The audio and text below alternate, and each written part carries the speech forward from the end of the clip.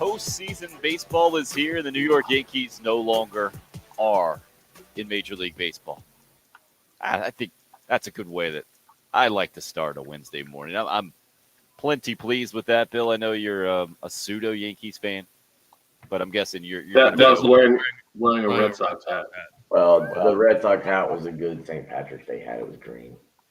It is. I almost wore it this morning. But I like the Yankees. But again, my affiliation with the Yankees is kind of a weird one. When my mother had leukemia and we lived in New York for a little while, we would get free tickets to Yankee games, and I got to go to a bunch of games. But I don't live and die. Like last night, I watched the game because I do love postseason baseball. Like I like the fact, especially when it's like a winner take all, excuse me, situation, just like last night. Um, it's a lot more enjoyable, and so I was watching it, but my night did not revolve around. I was more interested in cooking good salmon than I was last night. The Yankees advancing to play the Rays, if that makes sense. It makes sense. Patrick, as it being a Nationals guy in the D.C. area, you got any problems with the Yankees being done here? First time since 2016, I think they didn't make the division round.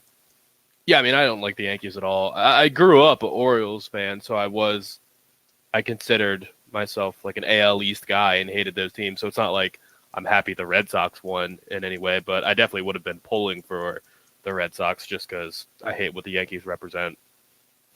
Couple of home runs around pesky pole is all New York could do last night. It was Xander Bogaerts with a big home run for the Red Sox and solid performance on the mound from them. Nathan Eovaldi was really good, and Boston moves on now in the playoffs. Braves will play the Brewers starting on Friday. You can listen to those games on WISW, our sister station, ESPN 1320 AM. And like you mentioned, Bill, postseason baseball, it is fun in multiple ways. I don't think it gets much better than Fenway Park with Boston and New York, especially with an elimination game. It's quite the start. We'll see where the postseason takes us. And, of course, we'll probably talk football for the majority of the next 3 hours or so. Shane Beamer in his weekly press conference yesterday, I would say nothing headlining coming out of that that jumped out at me anyway. Bill, Patrick, you guys disagree with what we heard yesterday from the Gamecocks? Not just Shane Beamer speaking yesterday, Jamar Brown, Luke Doty, among others for Gamecock football on the podium. Luke Doty doing the press conference. Did you guys see this barefooted? Is it barefoot? Just barefoot, I guess. Yeah, he did that. The first time I saw the video of that was when he came in on the scooter, and I remember saying, "That's gross." Why gross? Okay, I didn't know. Yeah, You're walking around a dirty building and dirty floors with your bare feet. Why are you doing that? I hate feet, and I hate seeing people walking around barefoot, especially in places where you're not supposed to be barefoot. Have you ever been to that facility, Patrick? Yeah. You're not supposed to be walking around barefoot. You've never been in, I'm guessing, right? I have been in the facility. Yes, I have been. We took the tour as soon as it opened. Did you? Sparkling, pretty clean, as I remember it.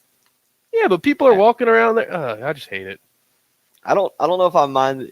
I just for a guy who may or may not be 100% with a foot injury, the risk of just doing something to your foot would seem a little bit too like.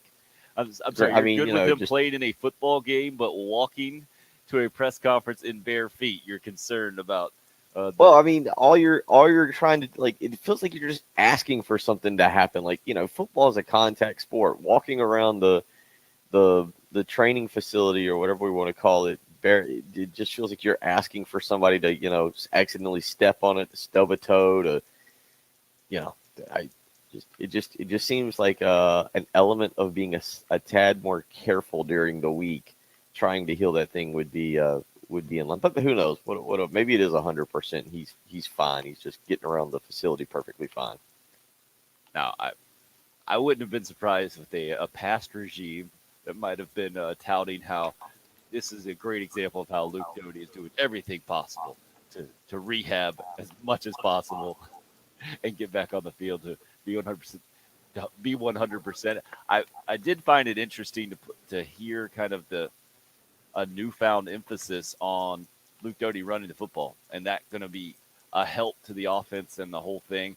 I really feel like maybe it's a Steve Spurrier conditioning thing, but how he discouraged, seems like a lot of times, his quarterbacks from pulling the ball and running it, and wanted Connor Shaw, for instance, to be a little bit more patient and look down the field a little longer. And I always thought that was the narrative and the advice from coaches. And now we're hearing the opposite from Shane Beamer and company with Luke Doty about encouraging him to run the football more and be a weapon with his legs, and how that's going to help this offense. Bill, what do you make of that, especially yesterday? I feel like for the first time, kind of as a concerted effort to get that message out.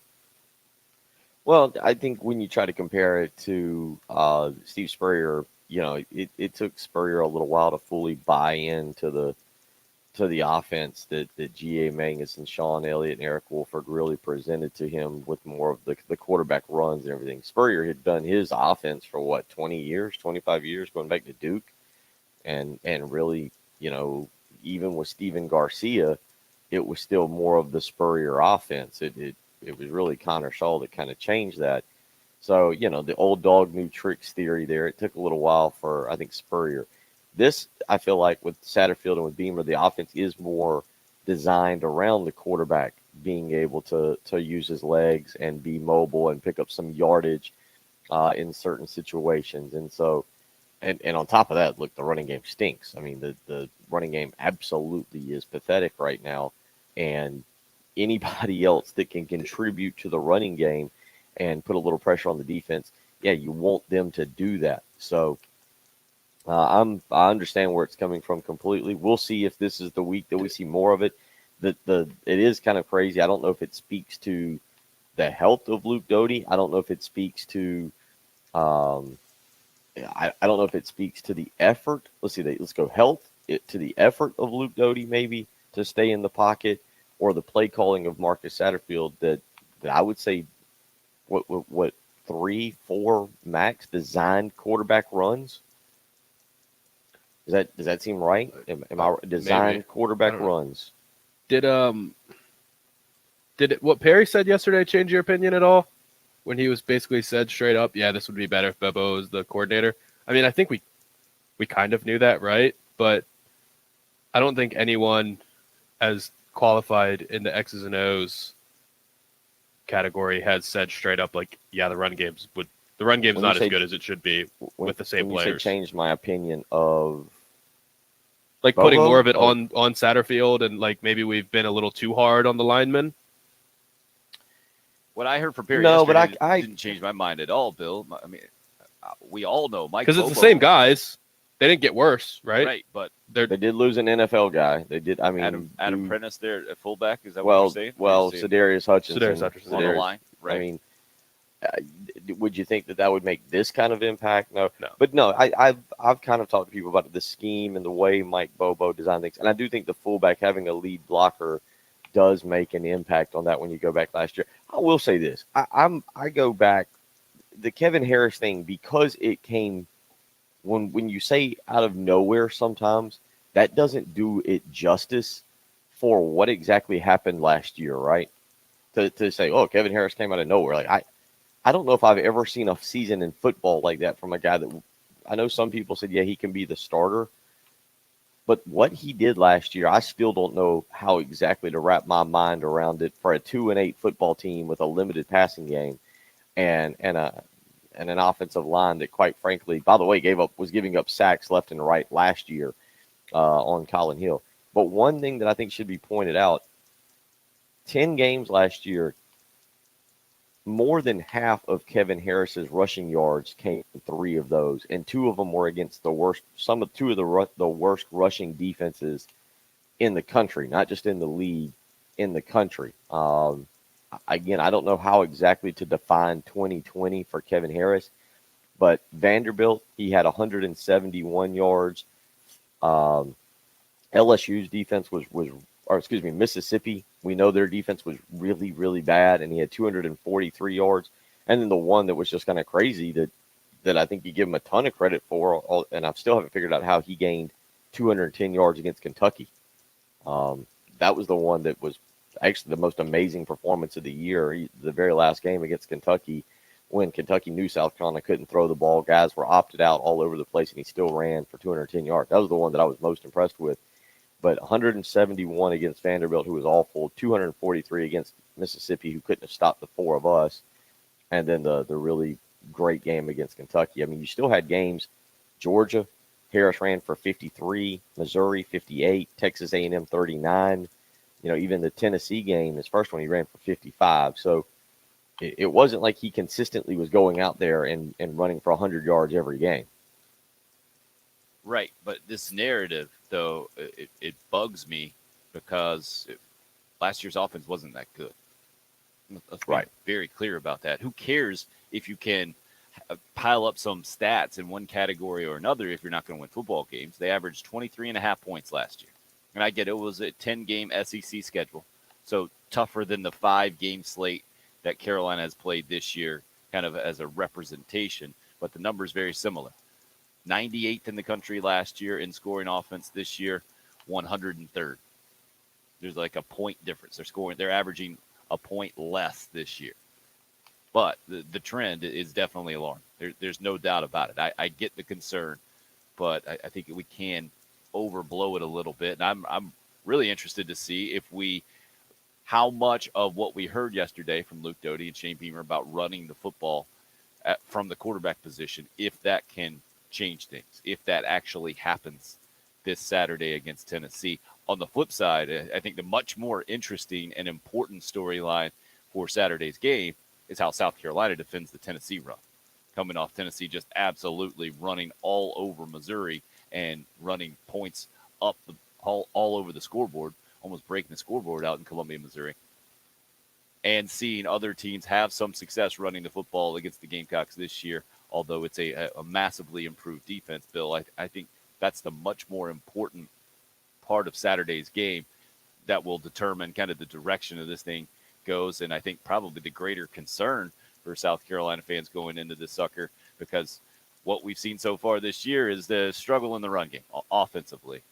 Defensively, if you can control Tennessee or at least contain it, I think you have a chance to really stay competitive in the game and be there in the fourth quarter. Otherwise, it could be very difficult.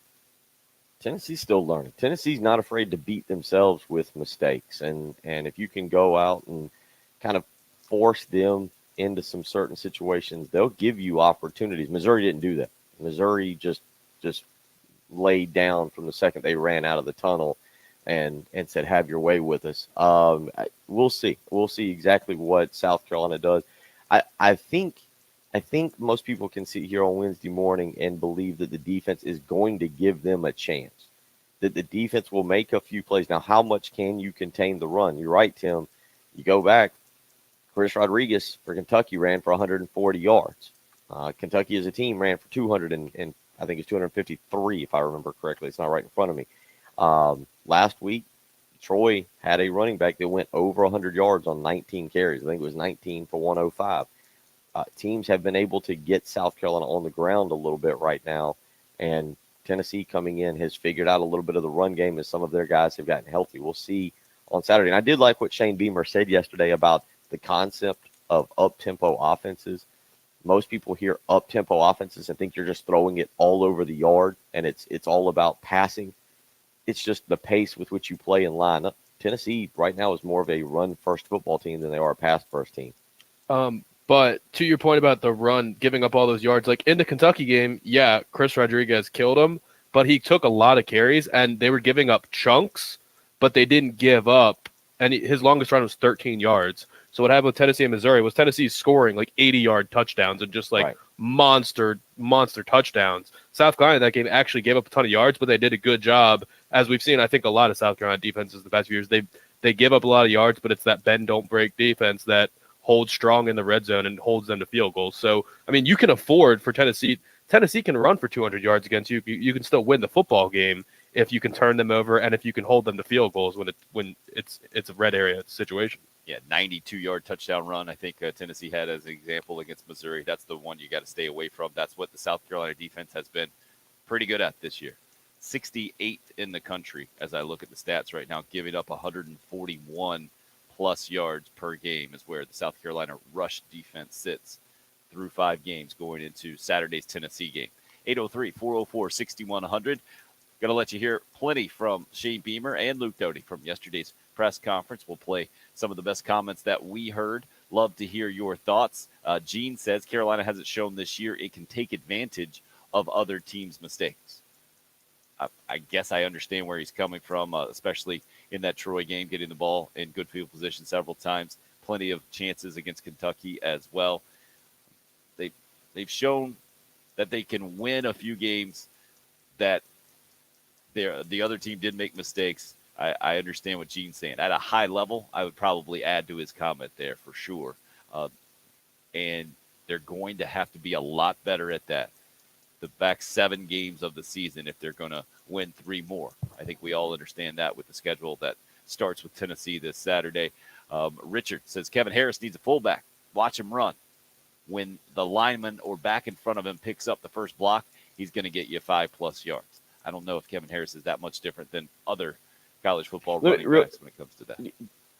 It kind of got brought up yesterday in the press conference. I mentioned it yesterday on the show. Do you guys think Kevin Harris is 100% right now? Oh, we're going to play that 100% game again. Well, do you think he's fully healthy? Do you think he's fully healthy? Is he the same running back as last year? And I think the answer is a clear no.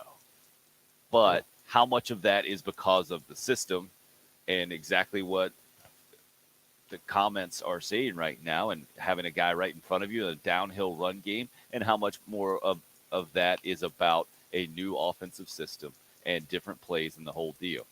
I don't know, but with a back procedure and everything we kind of read into that, and not having gotten a ton of carries right out of the gate and the whole deal, not having practiced a full preseason, clearly he's not at the same level that he was last year. He says he's 100%. We'll see what kind of production Carolina can get out of him moving forward. I think it's big for that Gamecock offense to certainly get some production from their running backs, be able to control the football a little bit, especially against an explosive Tennessee offense that just put up 62 points over the weekend against a Missouri team that was favored going into the game. Patrick, what about you? I saw you kind of shake your head as well. Are you on the same page about Kevin Harris at this point? Yeah, it's just a hard question to answer. It's really, I mean, he hasn't really had open field opportunities, and I don't think there's anything we've seen when he's got open grass. Like, he doesn't look like he's slow or anything. He doesn't look like he's struggling to run. I don't know if he's 100% in terms of his conditioning is not where needs to be, or he's not as strong as he was because he was out of the weight room for a while. Like, maybe there's some of that, but I haven't noticed like any sort of gimp or anything along those lines. He looks like a normal football player.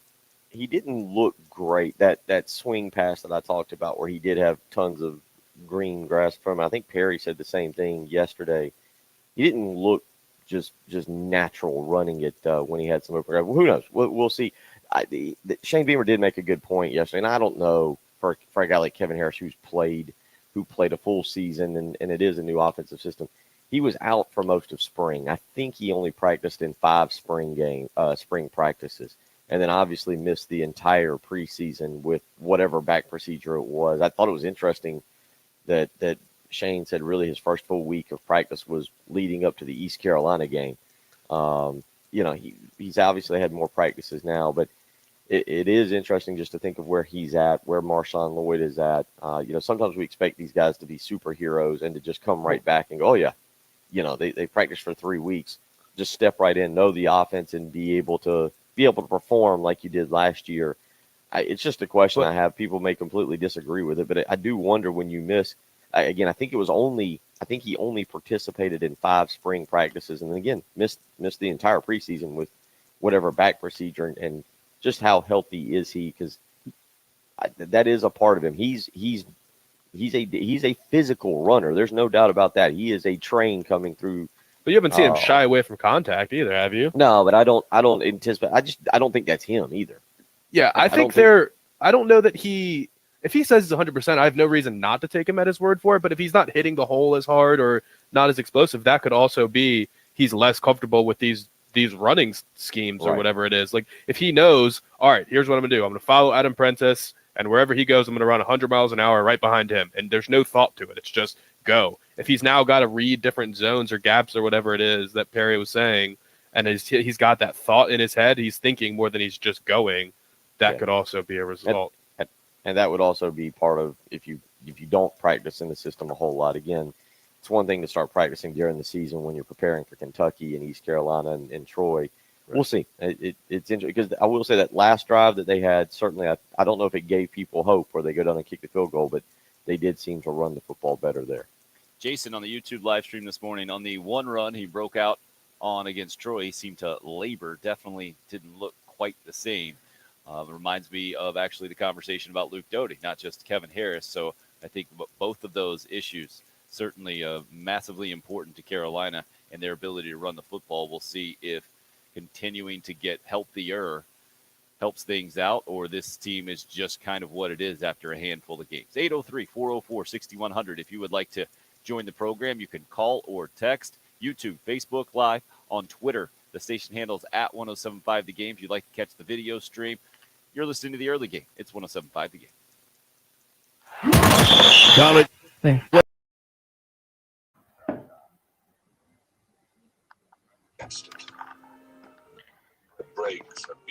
Tim is still having audio problems, so he is removing himself from the live stream this morning. Playoffs are here on 107. There you go. Well, you got a quick. I was trying to watch this punt block. I From didn't the mean to Shepherd's bring Glass that Traffic up. Center, Shepherd's Glass. Is it the Apparently mic in the Pete Limbo is computer's just broken? drawing up punt block plays in the sand. You're drawing up punt block plays? Did you hear Jamar Brown yesterday say that basically Pete Limbo just drew up this punt block play, the design or whatever, at like halftime, and it worked? That's pretty awesome. Oh, I didn't realize Jamar Brown just shoved 84 back into the punt. Like it looks like he kicked it off his back. Georgia had a nice punt block play against Arkansas. Yeah. I liked watching the breakdown of that because the guy that blocked it started off like 7 yards off the line of scrimmage and just all out sprinted right before. Being a special teams coach would be fun. Did you say being a special teams coach would be fun? Yeah, just looking at these tiny little things that you can just watching the same like punt formation 100 times to see if there's one little thing you can notice. Yeah.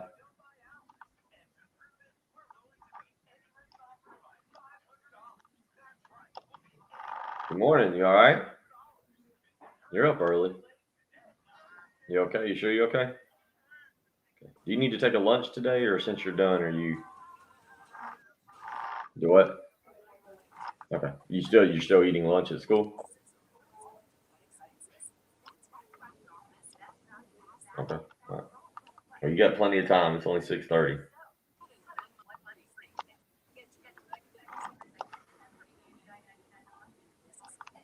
I'll be right back.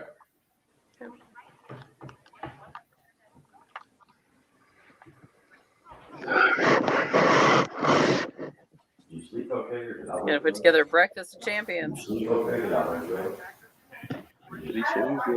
right? Rooster P asked, has Patrick ever been outdoors barefooted? No, I hate it. Not if there's not water around. On a dock by the lake, sure, or on a beach, but I hate the beach anyway. Outside of that, no way.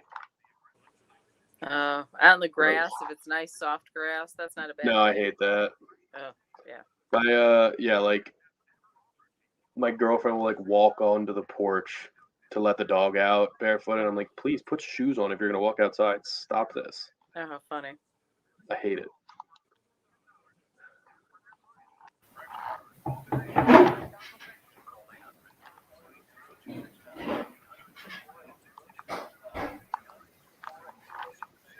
So Patrick's like a foot Nazi of sorts. Yeah, I mean, if you're in the house, okay, fine. But if it's outside of that, don't. Are you an outdoors shoeless person? Like if I wanted to wander around outside on the grass shoeless, is that okay with you? It's okay. I don't like it at all. And I would agree. Like the fescue that we had up north, that's such soft, thick, plush grass. That's fantastic to walk around in. But, Some like, the grasses here are porch- good, some aren't. Yeah, walking on the porch barefoot. Ugh. If I have to walk to the trash cans, which are maybe 5 steps outside, or walk to the car or something, I'm putting shoes on every time. Really. Every time. Yeah. Gotta toughen up. You're putting shoe, or do you put sandals, or do you don't Yeah, put sure. like I wear flip flops. I don't mind wearing sandals, but just And don't see- put. Yeah. I'm not a big man wearing flip flops fan. know I that's weird. will only. I think guys should only wear brown thong flip flops. so That's all. Birkenstocks are back right now. Like all of my friends have Birkenstocks, and I tell them they look like losers wearing them. Yeah, yeah. I wish Patrick could get a solid opinion. But Yeah. But I will admit, I go with multiple. See, I've got a gray pair of sandals. I got the black pair. I've got a brown pair, and I got a white pair. So you're color coordinated. That's right. 2 pairs. You pairs of gotta brown. you gotta have different ones to match the watch. Duh. He I was got a out pair of lead brown rusher Reefs. David Montgomery for a while. He's See. expected. Pair of brown Reefs and a pair of brown rainbows. That's all I'll wear. Did you say reef? Reefs are real good. I like reefs. One That's pair my of Reefs, black one ones and pair my of white rainbows. ones. Let's do 3. Okay. All right. So I'm going to play a cut coming back in. Yes.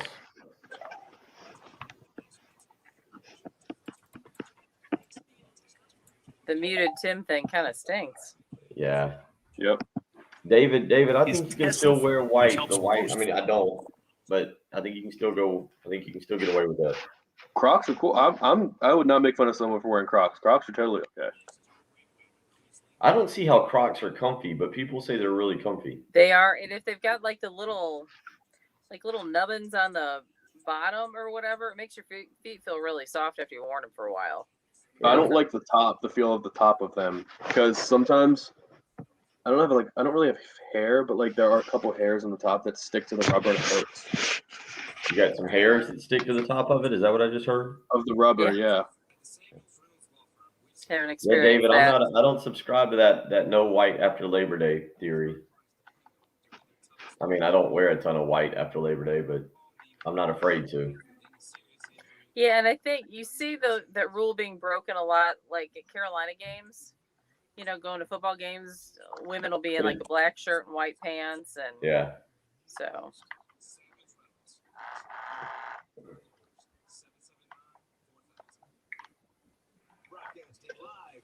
RL, what are we supposed to wear with socks? The Crocs or the Birkenstocks? Crocs.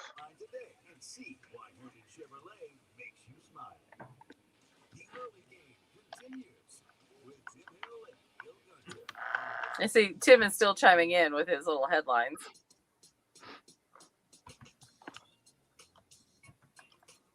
You're at a place like a South Carolina, when you're playing in the SEC, you were in the spotlight.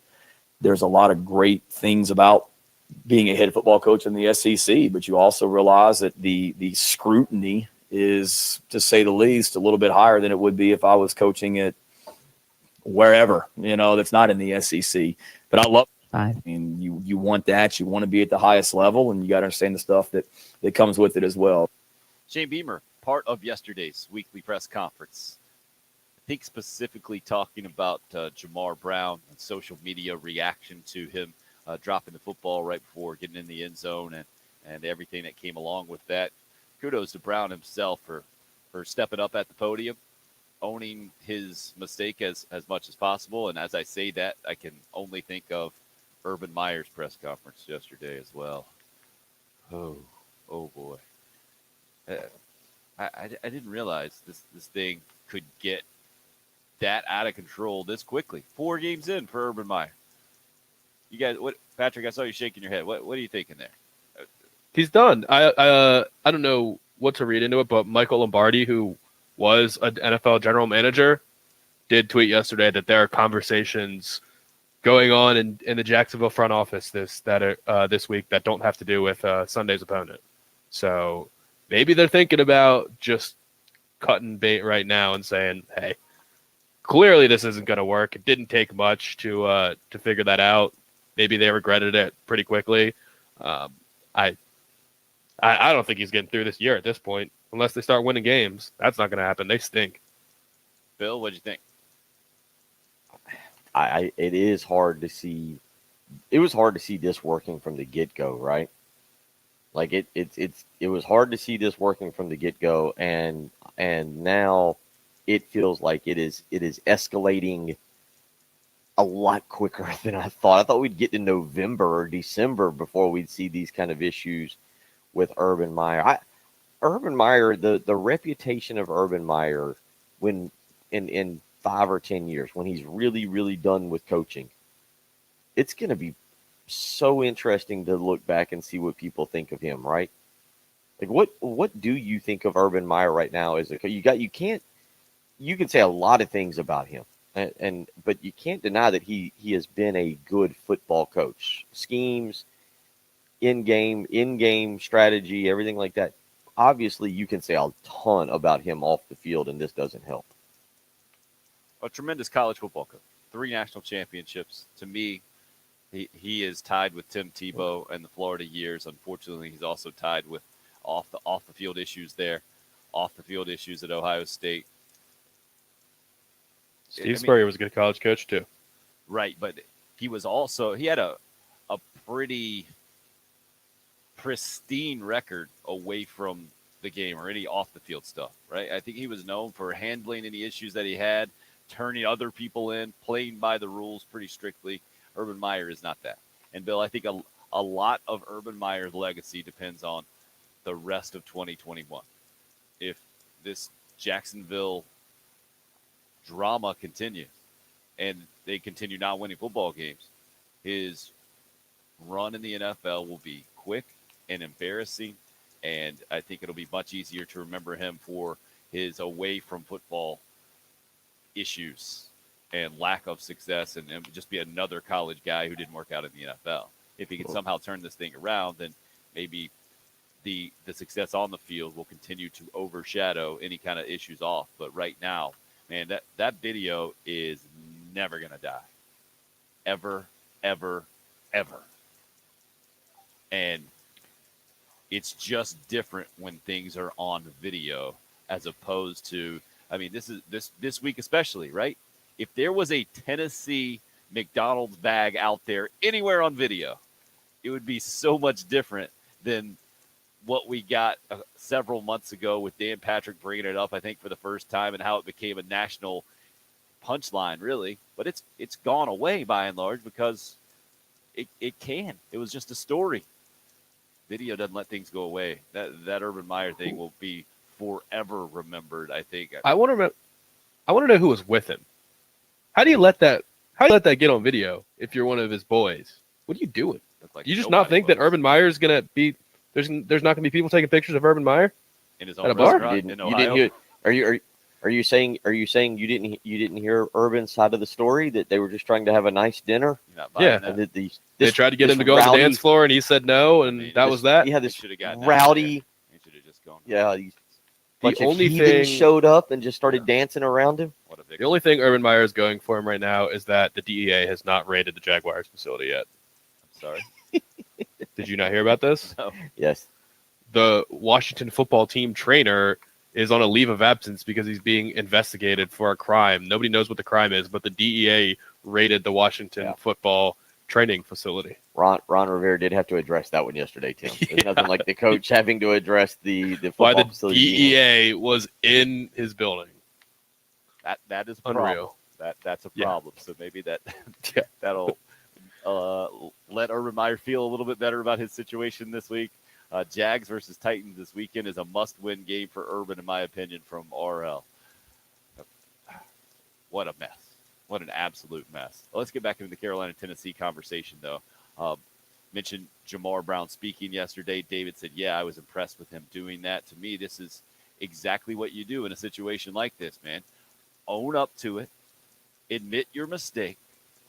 and have your team support you in that. And I feel like Shane Beamer did that yesterday as well, talking about Jamar Brown. Wanted to let you hear a little bit more on that right now. Here's Shane Beamer talking about the situation, how he's handling it, and how his team will move forward after Jamar Brown made the mistake last week, dropping the football before getting in the end zone, and it cost his team. Nobody feels worse about that play than Jamar.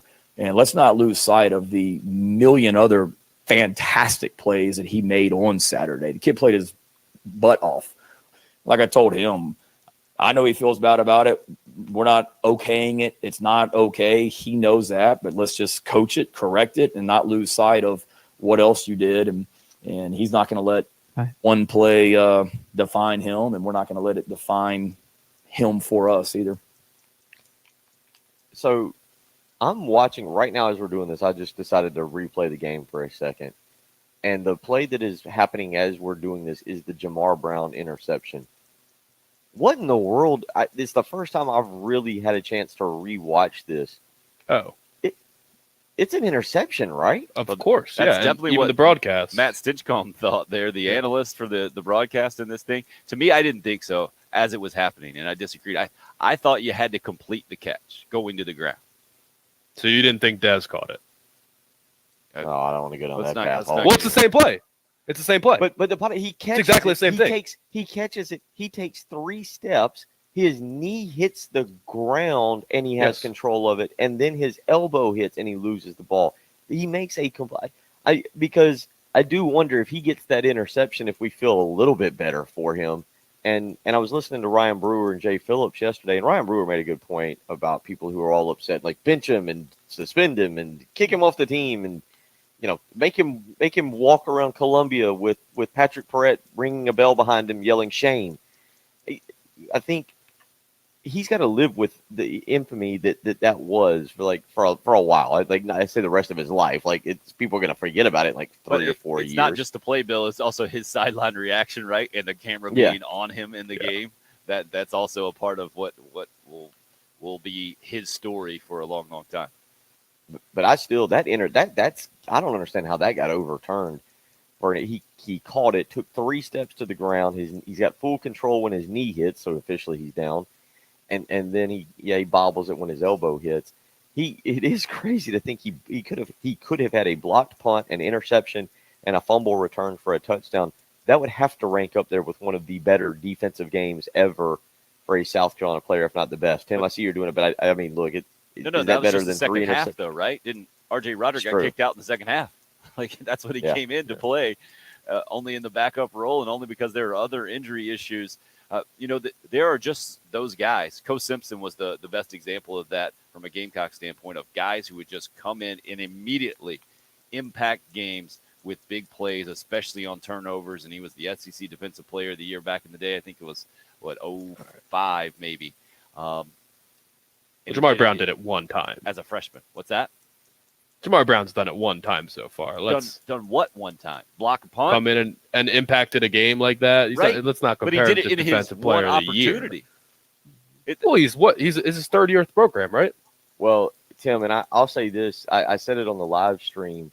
You asked about interesting things in the press conference. Jamar Brown basically saying Pete Limbo just drew that blocked punt up play in the dirt. Right. Like just was like, oh, this is how we're going to do it. And it worked.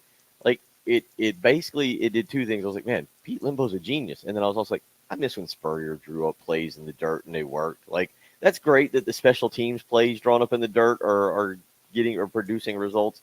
I'd like to see that on offense again, where Spurrier would just be like, all right, we see this, run this slow pattern and we'll do this. But that's pretty Patrick was talking about it on the live stream, saying he wishes he was a special teams. How did you phrase it, Patrick? It seems like You a wish- cool life. It's a cool life. Just watch punts a bunch of times and say, oh, wait, look at this. We can take advantage of this. Eric Norwood type performance from York this morning on the Cool Care Heating and Air text line, just talking about impacting the game in so many different ways. Block punt would have been an interception had that thing been overturned. I forget, Bill, was it called an interception on the field and overturned? Is that what happened? Yes. Or- Yeah, that's why it was Yeah. even crazier. that is surprising for sure. I thought it was going to be upheld because it was called the interception on the field. But let's also not get carried away on the fumble return either, because it was clearly a right place, right time thing. He didn't force the fumble. He actually recovered the second fumble of the play. Right. But that's a big part of it, man. Being in the right place at the right time. I mean, this Carolina defense has done that. How many years did Will Muschamp's defense not do that? You got to give guys some credit for being in the right place at the right time. And Jamar Brown just seemed to do that the entire time he was in the game against Troy on Saturday. We'll continue to discuss. Interested in hearing your thoughts at 803-404-6100. One of our youngest callers when we come back. It's the early game on 107.5 The Game. This is South Carolina head women's basketball coach Dawn Staley. Into the home of the Gamecock.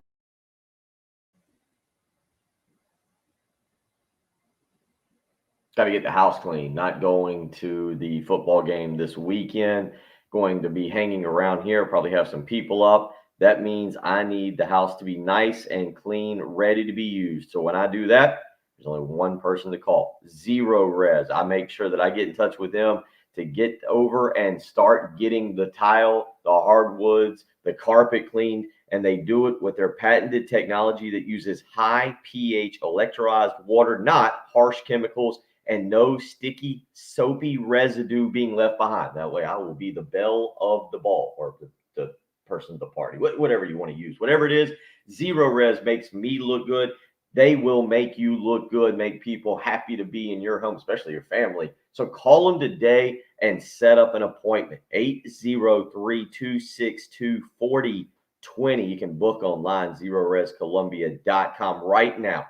If you use my name, Bill Gunner, at 107.5 The Game, you can get 3 rooms cleaned for only $119 and get a hallway cleaned for free. That's $75 of total savings, all because you called Zero Res, 803-262-4020, and you used my name, Bill Gunner, at 107.5 The Game. With their ZR water technology, you're going to be thrilled that they came to your house, that they worked on your tiles, they worked on your hardwoods, worked on your carpet, whatever you need them to do. I know I am happy when they do it for me. You're going to be much happier because they're going to do a fantastic job. So make sure you call Zero Res today, 803-262-4020, or book online, ZeroResColumbia.com. Zero Res, spell it backwards, spell it forwards.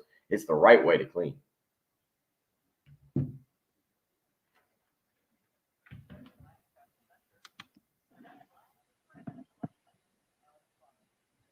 Craig, I thought Staley was down too. As they were reviewing it in the stadium, I thought Staley was down. Oh, and then Amarion Brown just dropped the punt. That third, I tell you what, the last 6 minutes of the third quarter was a disaster, really.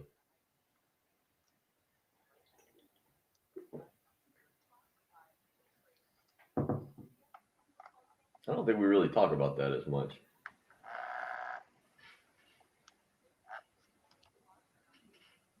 About what? Just the number of mistakes or things that happened in the last 6 minutes of the third quarter. Really, and I guess the beginning, because you had the interception was overturned, and then Amarion Brown fumbles the punt. We just focus on the positives here. Only the positives? Sorry, I didn't realize that.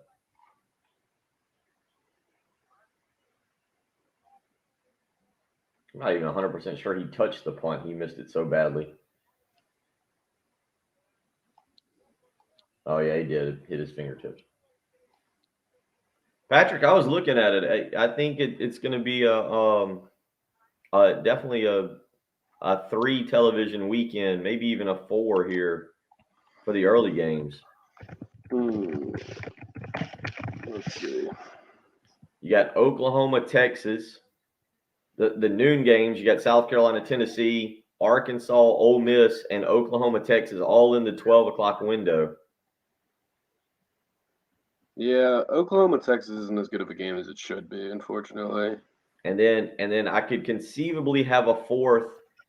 West Virginia at Baylor could be kind of interesting, and Maryland at Ohio State might be just worth keeping on a 4th TV, just kind of having around. I might end up just having South Carolina and Maryland on. What? Maybe put Oklahoma and Texas. You definitely got to have Arkansas Ole Miss on, right? That's the 12. That's a nooner on ESPN. Probably, but not that easy. Because the shine comes off of somebody, right? Like if Ole Miss loses, the Lane train has been derailed. I mean, the shine is kind of off. Oh. Patrick, just say what? What I said?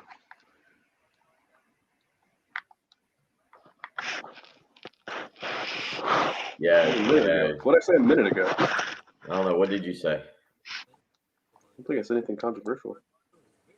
I think that we only focus on the positives. I'm going to go with that. Oh, yeah. Well, that was That a we're There you a go. positive only radio show, live stream.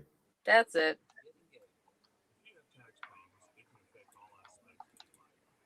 That is what we call in the radio industry a joke. Yep, that was it.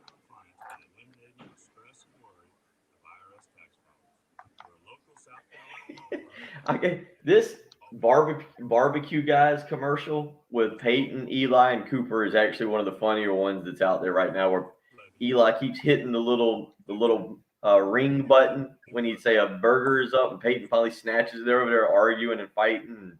I need to look that up. I haven't seen it. That's actually one of the funnier ones.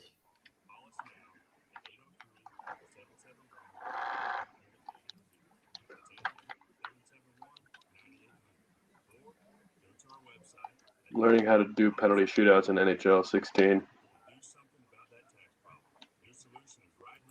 Yeah, NHL starts a week from last night.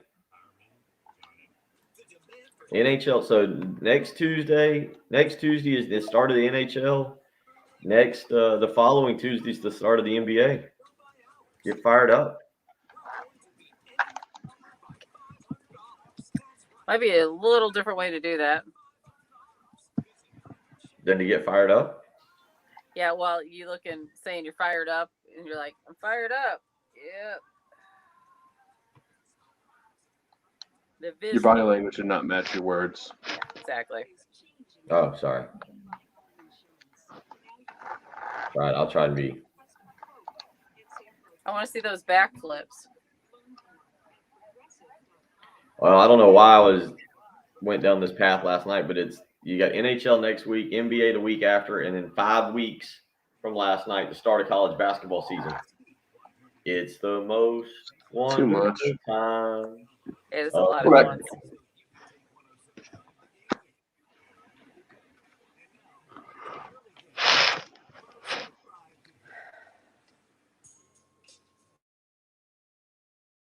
Opinions matter. The same people that are, getting on our guys this week are the same ones that are going to be patting them on the back and telling them how great they are when they do something as well. So whose opinion matters.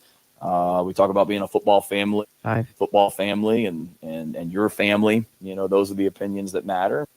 Shane Beamer yesterday, weekly press conference, especially about the Jamar Brown fallout, I think there. And speaking about opinions who matter, we're out to the Love Chevy phone lines. Lucas is certainly one of those on our program. Very consistent here in the last several weeks. Lucas, what are you thinking about the Gamecocks this morning, sir? Well, I think that after you really watch them, they're more like a team right now that they just want to hurry up and get the play done, and they need to slow down and just get the play right and make these more effective plays. I don't think they really understand. It doesn't always have to be the long pass, 20, 30-yard gains at a time. It could be the short passes. If you're consistently getting 5, 10 yards, you can make a lot of yards in the short amount of time. And you can still make the long plays, and then Jamar Brown, he made a lot of good plays in the Troy game, but I've seen too many NFL players on the Seahawks, like DK and all them. 45. they're walking in for the touchdown, holding it up above their head, and somebody comes and picks it up or grabs it, smacks it out of their arm, and there goes your touchdown. So I would just wait till you're 30. zone all the way in. Great take, Lucas. He's seen it too many times in his life. That's what he's saying. That kind of goes exactly against the text in from Tim and Chapin says, I'm a teacher. My line of work, it's critically important to understand that when 15. kids or young adults, everything is new to them. Dr. Lucas, old soul. That's why he's one of my favorites. We got to go back to that text in the next hour. Patrick is bitter. Love hour Not 2 bitter. coming up. The home of the Gamecocks. 106. I'm not bitter, but that text said something about he wasn't even born when Leon Lett did this, so you can't blame him. He didn't know that you can't drop the ball before you score. Well, first of all, it's ridiculous. Second of all, Deshaun Jackson did it in a very high-profile match. Like, we've seen guys do it. It's not like Leon Lett's the only person that's ever done that. Tim and Chapin may not have watched football in the last 20 years, but it's happened a lot of times. So wait, Tim and Chapin is saying because Jamar Brown never saw Leon Lett drop the ball that Jamar Brown doesn't know you can't do that, or you Right. shouldn't Yeah, do that. Is that the way I read He doesn't know that? that you have to run in the end zone before dropping the ball. That's probably not quite what he meant, but it probably was not the visual error probably was not as much in his face. You know. Here, I'll read what he said after what Tim just said. Everyone who is mad at Brown screaming about how it's such a basic thing and everyone knows you have to secure the ball through the goal line. These people are screaming because they watched Leon Lett drop the ball in the 90s. Their many years of experience make the mistake obvious to them, but Brown wasn't even born when Lett dropped the ball. What those in our 40s and older have seen 100 times, these kids may have never seen before. Really important to remember that here. No, but it's still a case of in the game of football, a touchdown is made when you pass into The end zone. Right. end zone. Yeah. That one line is kind of important.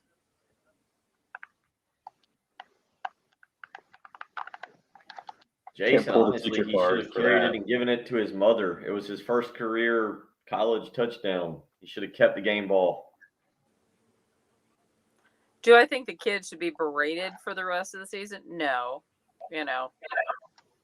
Hey, this is what happens when you have the opportunity for a name, image, likeness deal. Yeah, exactly. Yeah. Oh, here's the play. As I look over at the television. Let's see what happened. That whole thing was a mess. He could get it. He could get an endorsement deal with this. I may drop the ball, but so and so doesn't. That's right. They That's a good always point. deliver. Is there I was trying to think of a product that's something about flipping. You know, like because he flipped the ball, so maybe Yeah, the ball was definitely out before Staley's knee hit. No doubt about that. I'm pretty sure Jamar Brown's reaching in to strip the ball too. Let's just blame him for that. Yep, I think I see his hand in there. No questions asked. I know it is.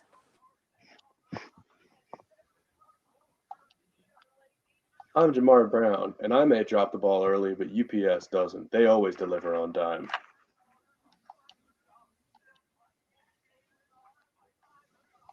Oh, we should blame Javari Ellis too. Ellis could have made more of an effort to track it down once it went in.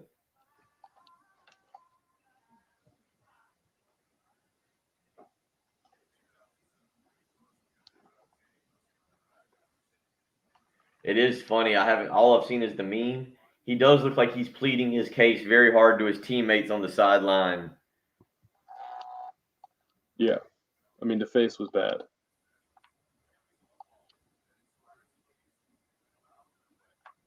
Also, Leon Lett didn't, he is right. He didn't drop the ball. Well, that was a bummer.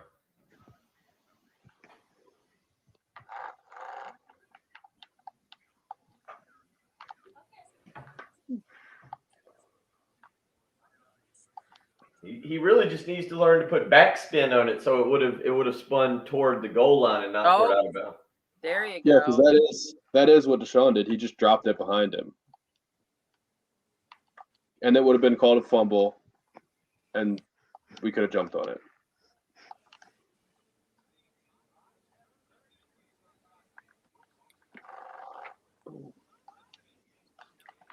It was all crazy.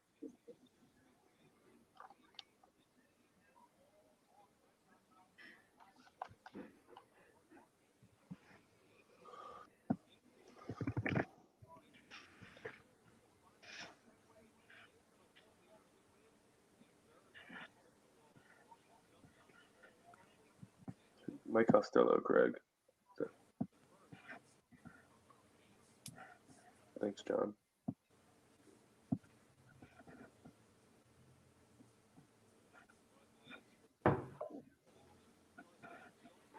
There you go, Jason. Good job. Yeah, that's What's a that? good one.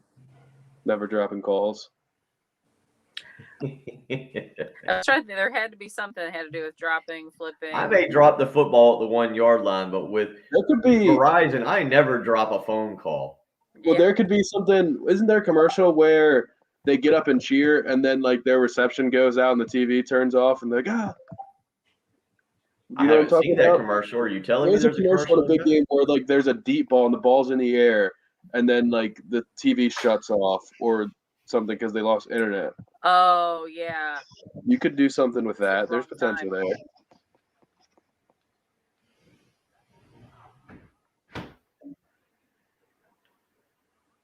Yeah, there's some potential.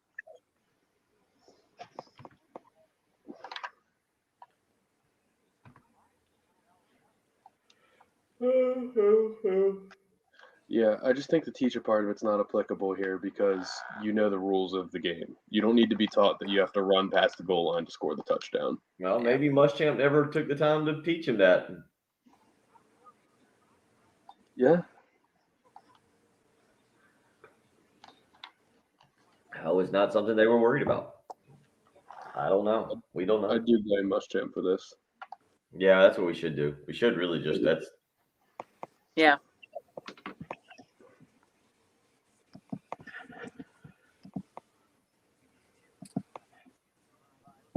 Did you see Richard's text about about Urban Meyer?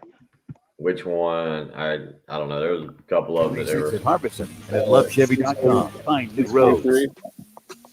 That would be Welcome to that would be the early a- game. 107.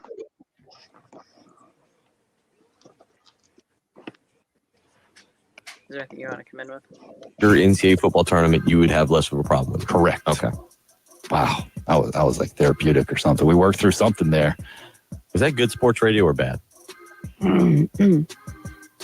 It was the early game. If you had the choice, would you rather listen to that or me wandering the streets with bagels? Is there a C option? I was just going to say, what's that third option? Country music. Okay, I'll listen to you. For better or worse, it's the early game with Tim and Bill on 107.5 The Game. Yeah, Ezra. So a little too empathetic, Patrick. Is that what you're saying? Tim from Chapin pointing out he's a teacher and how you have to identify with kids and relating that to Jamar Brown not knowing Leon Lett and dropping the football before he scored. I now have 3 gripes with the message. 1, yes, you shouldn't have to teach a player that you have to run into the end zone to score a touchdown. 2, the rest of that text that you didn't read on the air basically said he's a kid. He wasn't around when Leon Lett dropped the ball, so he didn't know that you're not supposed to do that.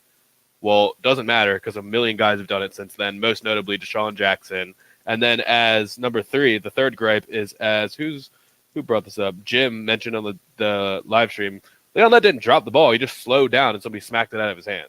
So just Don Beebe. Yeah. Don Beebe would be the name that you're looking for there. Yeah. Nope. Tim and Chapin says, yes, Patrick, securing the ball anywhere on the field and especially past the goal line is something that has to be taught and emphasized repeatedly. Well, okay.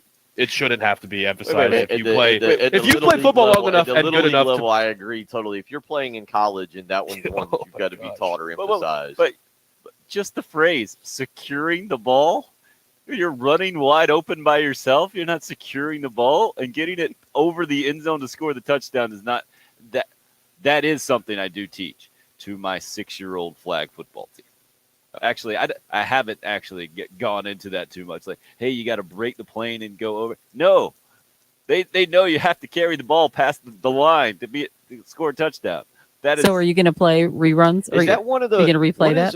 What is the one of the first things you learn in all of sports? Football, baseball, like what is the carry the ball past the goal line, touchdown. Throw the ball to first base, maybe. I don't know what. 3 strikes, you're out. What is the very first rule you learn in sports? Well, it's not all sports. Throw the ball in the basket. And No. The easiest, that would be one of the easiest ones, right? Yeah, kick the ball in the goal. It's a goal, right? The ball goes over the line as a goal or in the net. Yeah. You play that before you even start playing organized football. You just play it in the basement or whatever, and say, "All right, that ball is my end zone. This ball is your end zone. All right, you got to get past me." I remember.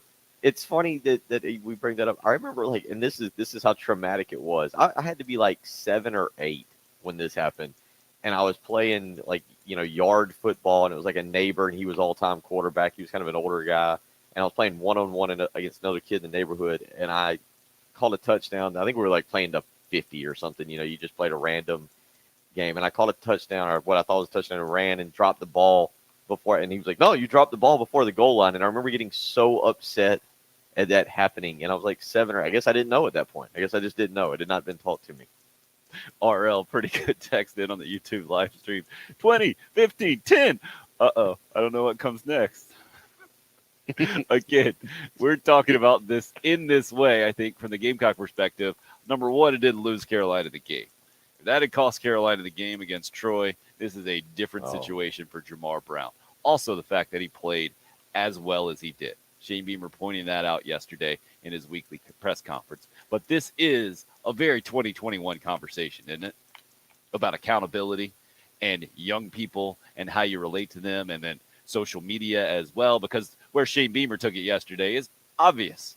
We all understand this morning that if you make a bad play in a college football game, you don't deserve to be ridiculed and insulted, and fans take it over the line time and time again, and it is an example of the worst of social media and kind of society in 2021. Also, on the other side, Patrick, I think to your point, and where Tim and Chapin is coming from about you have to understand you're dealing with kids and make sure they know about what. They're not kids. Well, exactly. You can't go too far. I thought Shane Beamer hit it pretty much on the nose, but also he did it in his way yesterday, talking about the Jamar Brown situation. Let's let you hear that again before we continue the conversation this morning as we're starting hour number 2 here on the early game. Shane Beamer about Jamar Brown and the drop right before the end zone and making the mistake, how he's handled it so far with his player. Nobody feels worse about that play than Jamar. And let's not lose sight of the million other fantastic plays that he made on Saturday. The kid played his butt off. Like I told him, I know he feels bad about it. We're not okaying it. It's not okay. He knows that, but let's just coach it, correct it, and not lose sight of what else you did. And he's not going to let one play define him, and we're not going to let it define him for us either. To me, a relatively mature but positive approach, I think. And I think that's who Shane Beamer is overall, because, Bill, we're not hearing that last year. We're not hearing that. Can you imagine how Steve Spurrier would react to that? I mean, I can't imagine. The sarcasm would have been on 13 on a level of 1 to 10. I mean, I don't know if Jamar Brown plays the rest of the year after that, much less he comes right back in the game, which is what happened kind of out of necessity and where this team is. And then Will Muschamp would have continued to pout about that, I think, or try to prove his point as a disciplinarian, or I don't know, something. But you would not have heard what we just heard. Now, the question becomes, I think, as this is, to me, kind of represents who Shane Beamer is and what this program is right now. How do players react? That's what it comes down to, right? The Urban Meyer situation that we touched on in hour number 1. You can have your own opinions about the video specifically. The main issue for Urban Meyer moving forward is how does his locker room, his organization react to that? how much respect has he lost amongst his organization because of that? And how will they react to him moving forward, knowing that he's an 0-4 NFL coach right now? Yeah, I was gonna say they probably don't like him to begin with. I mean, it all comes along with it, right? First of all, the massive expectations going in. We talked about this thing when it happened, and it was the easy hot take that I threw out there, like, "Hey, man, this ain't gonna work. I don't see it happening. Good luck." And now we've seen a series of issues, and this just being the latest one. You hire a strength coach that has massive background problems. You bring Tim Tebow in to play tight end, a position he's never played before. You go down the list, right? And Well, what did he do, Patrick? What did he do in the preseason? What was the little thing he did where it was like grade every player? It was a very college-esque type. it was type how deal, they were basically. running practice, basically one-on-ones, and they were having it announced, right, by the player personnel guy in practice. It was like Tim Tebow versus Chris Manhertz. Tebow 1, Manhertz 0, or however, and they said, or Meyer would say that that's how it's going to be decided when it comes down to roster cuts, and we're just trying to be transparent. Then he said also that vaccination status would factor in, and then that was not the right thing to say when it comes to the Players Union or Players Association. You're not allowed to say it. Right. Yeah, you're not allowed to say it. And he also said right after the draft, yeah, I wish we would have drafted Kadarius Toney, which you're not allowed to say. It's tampering. So he's actually broken league rules multiple times, just not knowing better. It's a good question from Jim, too, back to the Carolina situation, because we could talk Urban Meyer all day, but the Gamecocks in Tennessee this Saturday, much more pertinent to us, I'm trying to say. Jim says, do you think Shane Beamer has a different reaction to Brown if that play costs Carolina the game? Absolutely, I do. And if Jamar Brown, I don't think he. I disagree with you. Okay, let's hear it. I think, well, a couple things, and I'm rewatching the game. It really is amazing what South Carolina managed to do. We get caught up on the Jamar Brown stuff, but from about the 7-minute mark in the third quarter to right now the 9:43 mark in the fourth quarter, South Carolina has had an interception overturned. You've had the Jamar Brown play. You've had a Marion Brown fumble a punt deep in South Carolina territory, and Luke Doty just fumbled on the South Carolina side of the field, just fumbled to give Troy the ball back. Now that I'm rewatching it from about the 7-minute mark to about the 9-minute 30-second mark, that's as bad as football as you can play. And here's where I'm going with this, Tim. I think Shane Beamer trying to be over positive with this team because that's what they need. And I think some people are actually getting annoyed that Shane Beamer is being a little bit positive. I think he would have said, yes, we need Jamar Brown to do that play, but look at all the other plays that cost us. Because if Troy goes in and scores after the Amarion Brown punt, fumbled punt, that was really bad. It's kind of funny to think about, like, you've got two fumbles there, right? The Jamar Brown fumble that did cost him a touchdown, but you've got the Amarion Brown fumbled punt, where Troy really should have gone in and scored. And that one is just as devastating. We don't talk about the Amarion Brown punt at all, the fumbled punt, do we? We don't talk about the Monty Staley fumble either, because if he had just not fumbled, then Jamar Brown would have never had the chance to not score a touchdown. But Tim, I think, and we've talked about Shane Beamer and his public persona, publicly what he's saying about players. I don't think he would have changed that much, because I'm sure he would have maybe said, yeah, it cost us the game, or that was a big part of it.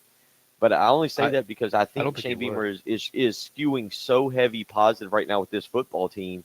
I don't know if publicly he would have changed much. I agree with you, because I think of it as like you'll see a field goal kicker miss a field goal as time expires to not win a game, and coaches will still say, you know what, we had opportunities earlier to win the game. He didn't lose us that game. We all lost that game together. That's just what coaches generally in public defend their players to the media. So I think that's exactly what would have happened. He would have said, Shane Beamer would have said, no, we made all sorts of mistakes in that game. We needed to be better, and that one play didn't cost us the game. Jamar Brown didn't lose us the game, and fans would be annoyed because they'd say, yeah, I get it. You could have played better, but that was one play where you had scored the touchdown. Like, everything had gone to scoring the touchdown. You're at the 1 yard line. All you have to do is walk in the end zone. It's not the same thing as saying, if this happened, if that happened, or you did this better, because the play was actually made. So I think it would be exactly what you said is right, Bill.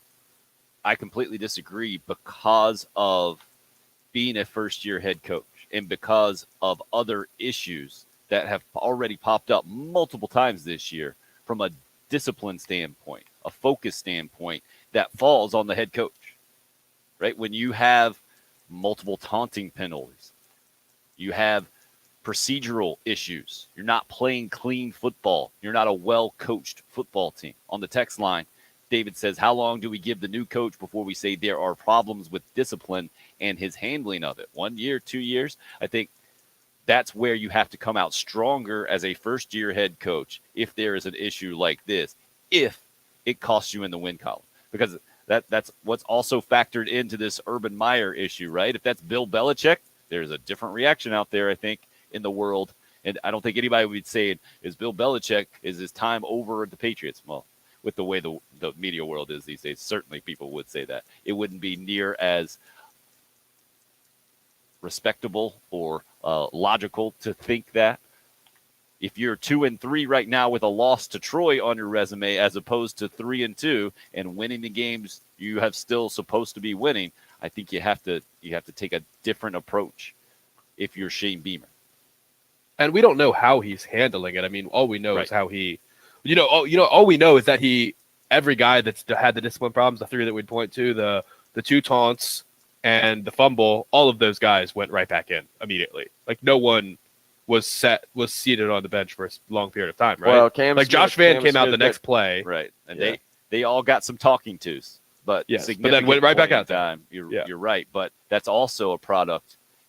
Everyone understands, not being good, of the depth and the talent that he inherited, and that's not on Shane Beamer. That's him doing what he's got to do to win football games as well. But if it happens to us at a certain point, you have to say enough is enough, right? Maybe we're not there yet, but not if it comes at a cost of a win or a loss. Well, you're hurting your team by making those plays. I mean, all three of those guys hurt the football team in that moment. Well, you're ruling out, or you're not paying attention to the tremendous positive play they made that was a part of that play. Yeah. Right. So, but yeah, at a certain point, I mean, if Cam Smith were to taunt somebody again and cost Carolina another 15 yards, can you really say you're just going to let it continue to slide because he's your best corner? I mean, you got to do something. You got to send a message at some point, and if that's sitting your best player because of it, so be it. Correct me if I'm wrong. Since the Cam Smith, well, I guess Georgia was the next game. Since the Josh Van taunt over the wide receiver, we haven't seen another taunting penalty, right? I don't think so. No. Correct. Okay. Let's give him a little bit of, maybe that's been cleaned up. Maybe the message has gotten across. Now, this week you had two of the roughing the quarterback call, both of which led to the second touchdown for Troy that gave them 14. The roughing the quarterback call, I thought was bogus. I thought the guy threw it. I thought Zach Pickens kind of bumped into him. I do think the targeting was legit. I thought that R.J. Roderick launched himself into the quarterback. It was helmet to helmet. He came up. I thought R.J. Roderick's targeting was a legit call. But that happens. Tim, you talked about it's football. Not everybody can be perfect where you go in and you're playing 1,000 miles an hour. And was it poor form on his part? Yes. Could have he maybe done something different? Definitely. But I'll give him the benefit of the doubt, and you hope it doesn't hurt South Carolina in the first half this week. But it does feel like mostly the dumb penalties, the really dumb penalties, have gotten cleaned up. What you're not seeing cleaned up is a few holds on the offensive line that ends up really hurting.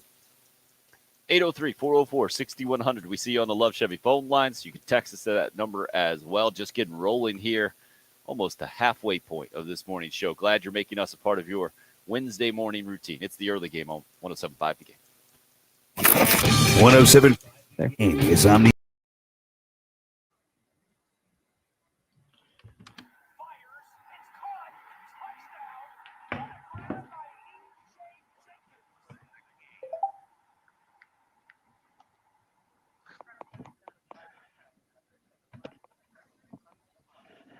Did Swearinger ever get benched after any of his taunts, Joe? I really don't know. Did who? Swearinger ever get benched? Not that I remember. He just went in the next play after all of that, everything. His taunts were so good though, and they resulted in so much that I don't think anybody cared. I don't think anybody noticed. The flex over Andre Ellington was so epic that I think people gladly gave up 15 yards. What was the score at that time? They were up. I'd have to go back and look. I think they were up 10. They were up double digits. All right, so well worth it then. Yeah.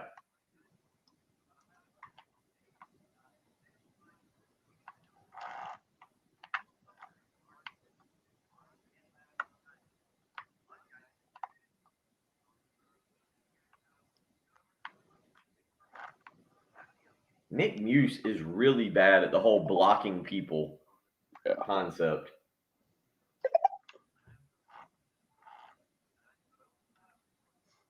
After our Heisman talk yesterday, I decided that I think Trey McBride should be the Heisman winner this year. Who? The tight end for Colorado State. He should win the Heisman this year. Okay. Isn't that the guy that they were hoping would come with Mike Bobo last year? Yeah. He entered the portal. Yeah, but then he stayed. And he stayed, yeah. No, Danny. Tim's got audio issues on the live stream. We got to get a technician out there. Yeah. Mine's smarter than ours.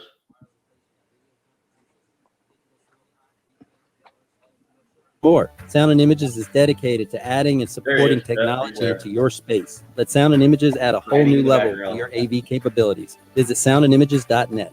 That's soundandimages.net. Thanksgiving and Christmas, they're on the way and bringing friends and family with them. I'm Eddie Springer of Trey Cow Builders, and right now is the time to update, upgrade, and remodel for all the guys.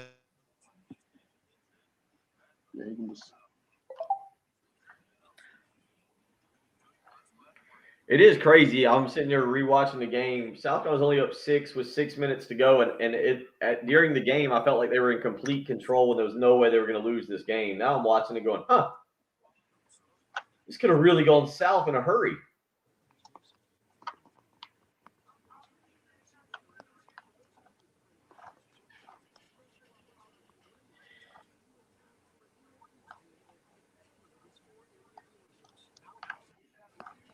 Yeah, I agree, John. I think that's the thing. The social media shaming of Jamar Brown, that's all he needs. You don't ever want to become a meme.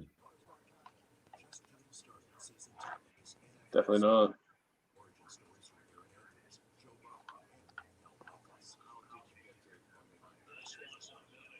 Carolina 20, Clemson 17. So it was a close game when DJ did that. Oh, it's a 3-point game? Yeah. Clemson could have taken the lead off of that mistake. We were so confident back then. We knew there was no way they could take the lead. You got to bench him in that scenario. Got to do We it. had to leave him out. I don't think we had another safety.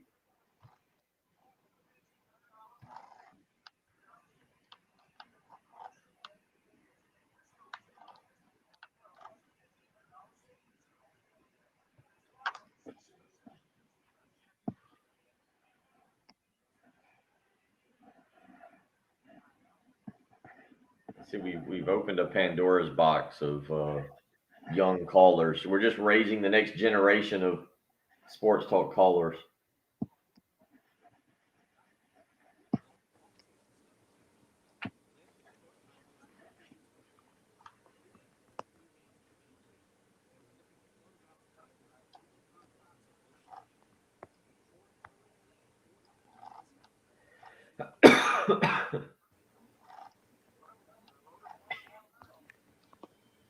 Going back and forth from coffee to this C4 drink makes my teeth really hurt. Does it? Ew. I can see that. Yeah.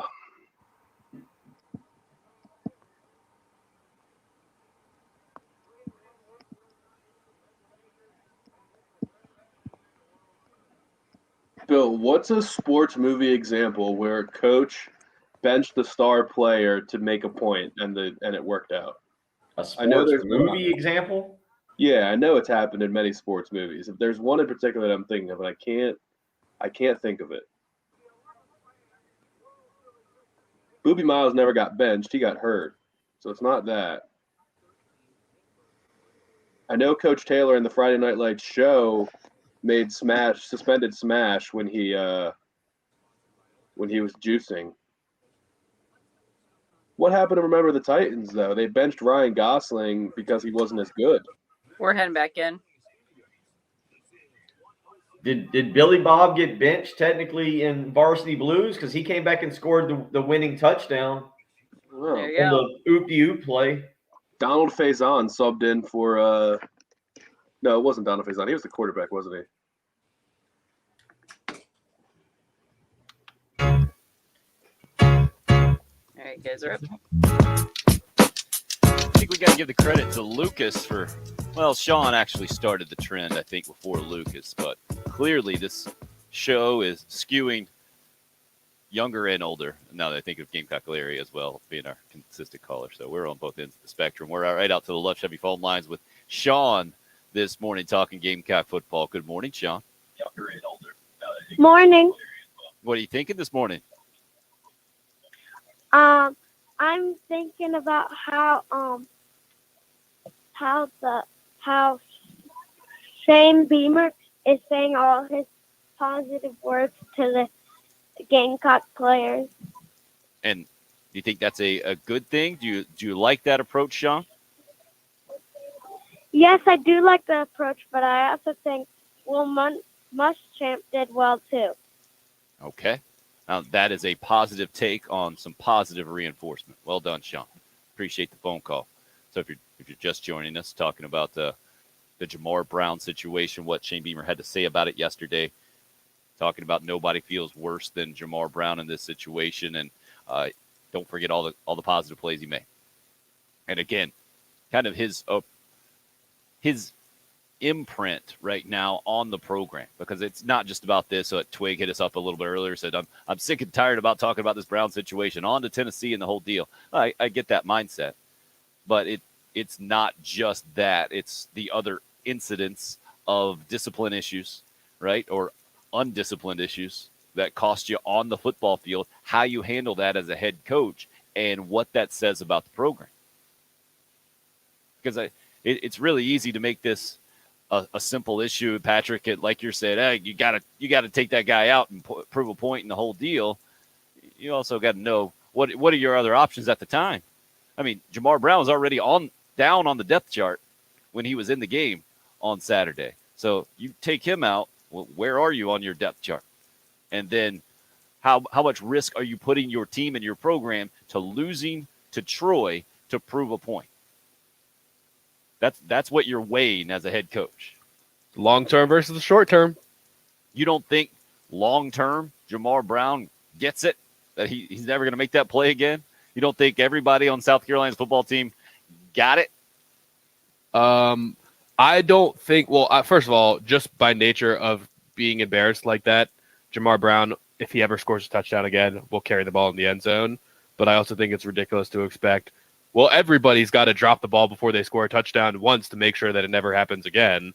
I'm just saying I don't think he did anything wrong necessarily, but I'm saying if it gets to a certain point, rather than just let boneheaded mistakes happen like that, sometimes there has to be punitive punishment where you say, you make a selfish play, this is what happens. You don't play, and maybe people think twice about it going forward. What about this? Maybe you don't wait for the act to happen.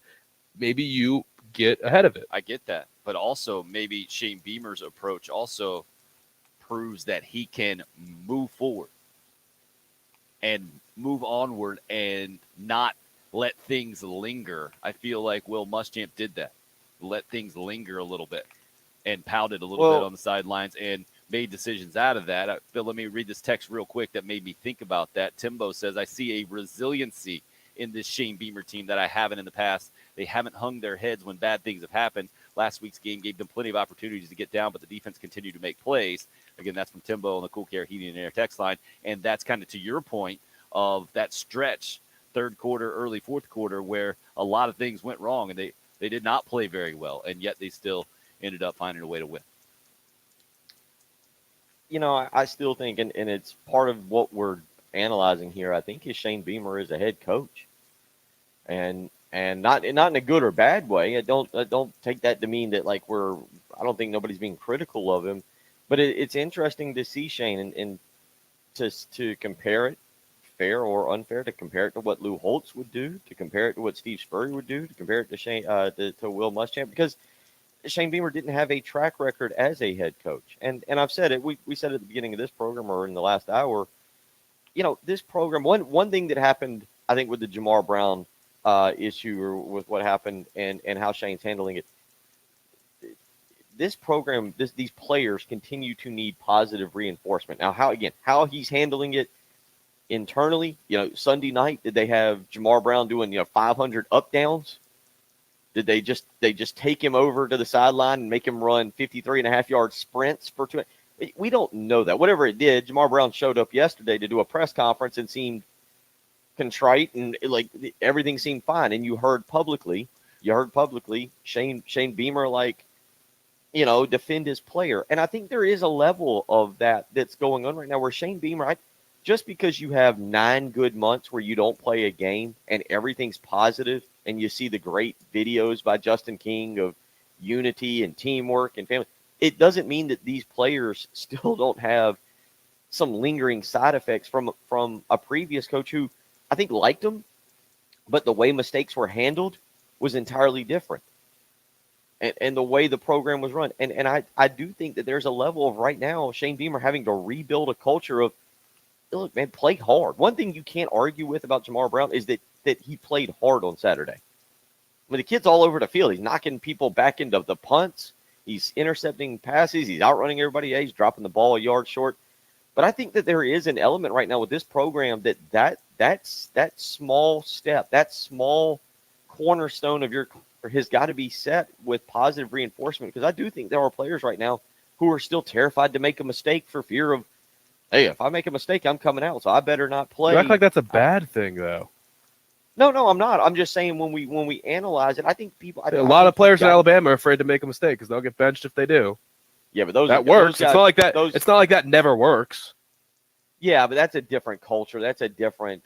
We talked about that. I think that was the culture that Will Muschamp wanted to put in place here. But that's different when there are 4- and 5-star guys replacing each other. It is in Alabama, but there's doesn't mean there's not other tough coaches that take guys out when they make mistakes and it doesn't work. What if Shane Beamer was the ultimate tough guy here? Is like, you know what, Jamar Brown, you're gonna have to go talk about it in the media now. That was his big punishment, right? Hey, no up downs. You just have to talk about it. You're first up on the podium. What do you think about that, big guy? He should have just brought him. Just bring video of on Sunday him doing up downs all practice and be like, you want to know how he handled it? Watch this video for 3 hours. That's all he did. Just Luke Day just standing over top of him. I don't hate that as a punishment though. Like, hey, you made a mistake. Now you're going to stand in front of the microphone and you're going to answer for it. That's what professionals do. That's what I have to do every week, and that's what you're going to do now. But you want to be dumb? You're going to answer for it. Wait, but this is a maturity issue, and I think that's what I take away from the Will Muschamp system. What you're talking about, Patrick. Hey, you make a mistake, you're on the bench. I feel like that's such a 12-year-old way to coach in a lot of ways. But and every time I see Nick Saban though. throwing a tantrum on the sideline, I think, oh, this guy, that is not the mature approach. I feel like it is more mature to handle it. Shane Beamer has handled it. To trust your player to get out there and to own his mistake and to move forward and everybody move on, and to say, hey, you idiots on social media who are yelling at this kid and saying all kinds of terrible things, that is not okay. This guy also made some good plays, and now it's time to move on and move forward and the whole deal, and he'll learn from it. But mistakes, there's a large spectrum of things that we can be talking about here. It's one thing to say, oh, you want to miss tackles? Get off the field then. That's not the same thing as saying, oh, you were about to score a touchdown. You dropped the ball because you wanted to celebrate. Get off the field. That's selfish. You're not playing for the rest of the game. That's different. They're two different things. Oh, you drop a pass. Get out of there. You're not playing. You don't want to catch the ball. You're not playing. Like, yes, that could be a little too much if he's one of your best players. Hey, can we get Patrick to do his coach voice the whole rest of the show? I love that coach voice. I'll say it again. Give me something to say, and I'll say it in a coach voice. Bill never did his Boston accent, by the way, on Monday. I'm still waiting for that Schwartzy quote in Boston accent.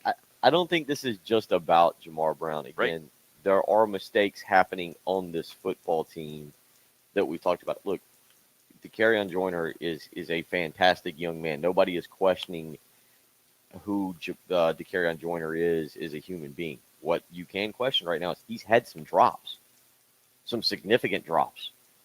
And there are other wide receivers over there, and you wonder how you handle that. I mean, again, Armarion Brown fumbles the punt on Saturday afternoon. The very next punt, an injured Josh Vann is back in there to take it.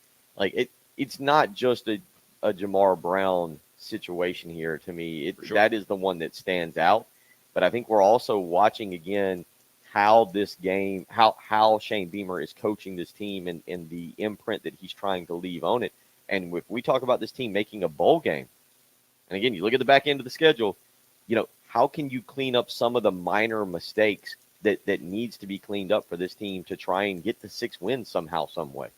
Yeah, not just minor mistakes, major mistakes as well. Right. Like this Jamar Brown situation. We see you lined up on the Love Chevy phone lines. Get out to your thoughts when we come right back. It's the early game on 107.5.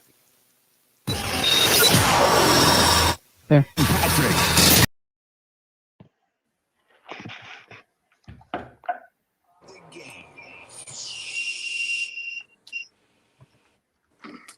From the Shepherd's Glass.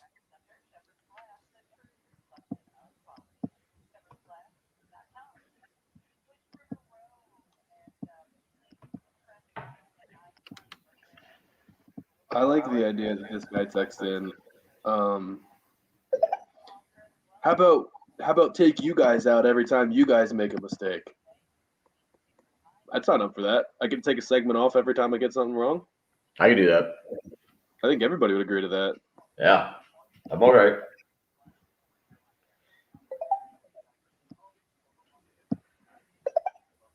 Oh boy.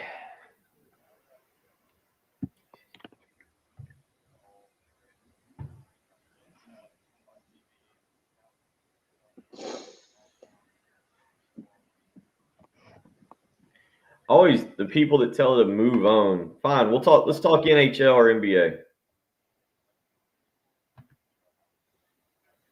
Tell Mike from Sumter. Fine, NBA talk. It's also like a lot of people are commenting. It's getting good interaction, but one person doesn't like it. We can talk about Durant was picked as potential MVP, and Paul Gasol officially retired. Who? Gasol. What's his first name? Paul. Nope. What is it? Powell. That's how you say it if you're in Europe. I'm not in Europe. Well, there's no L. That's how we say it in America. Get with the program or move to Europe. There's no L. Move to Europe. We don't just add an L. Move to Europe. Take your DC rear end and go to Europe if you're not going to say he's in America. He's now called Paul. You can call him Paul. Paul Gasol. We can't call him Paul because there's no L in his name. Yeah, well, have you seen how we Feinbaum? They've just gone to spelling his name Pawl basically. Paul. That's the Southern accent, though. That's the Southern drawl. Well, where's Paul Feinbaum from? Spain? Isn't it Spain? Well, that's Is he Pau really? Gasol. I thought he was. Am I wrong on that? Pau Gasol is from Spain. That's where Paul Feinbaum's from. Oh, Feinbaum, I'm pretty sure he's from Alabama. Isn't he? Or I think he's from Tennessee. Tennessee. Memphis, Tennessee. Yeah. That was really throwing me off thinking he was from Spain. I'm like, Yeah, that'd have been. He speaks tremendous English for a Spaniard. right. He's from the southern part of Spain where the English is much more fluent. He's from Barcelona. There's a large English presence there.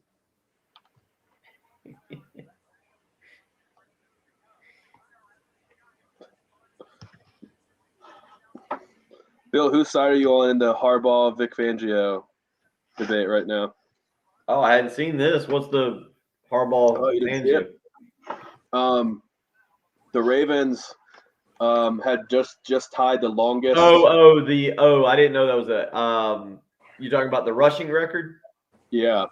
Oh man, I'm Ravens. Austin and I had this conversation the other day. It's your job to stop them. It's your job to stop them. If you don't want the record against you, stop them. What would you have been mad? If I was the coach or a fan or what? Both. Yeah. No, I mean, look, I've had scores run up on me when I would coach like school AAU teams. Like, we were just like a summer league, but we'd go play like actual AAU teams. But the very last play, when you're in victory formation and then you run the ball out of victory formation. Oh, I didn't know they ran it out of victory formation. I think they did. Like they tricked them? Kind of.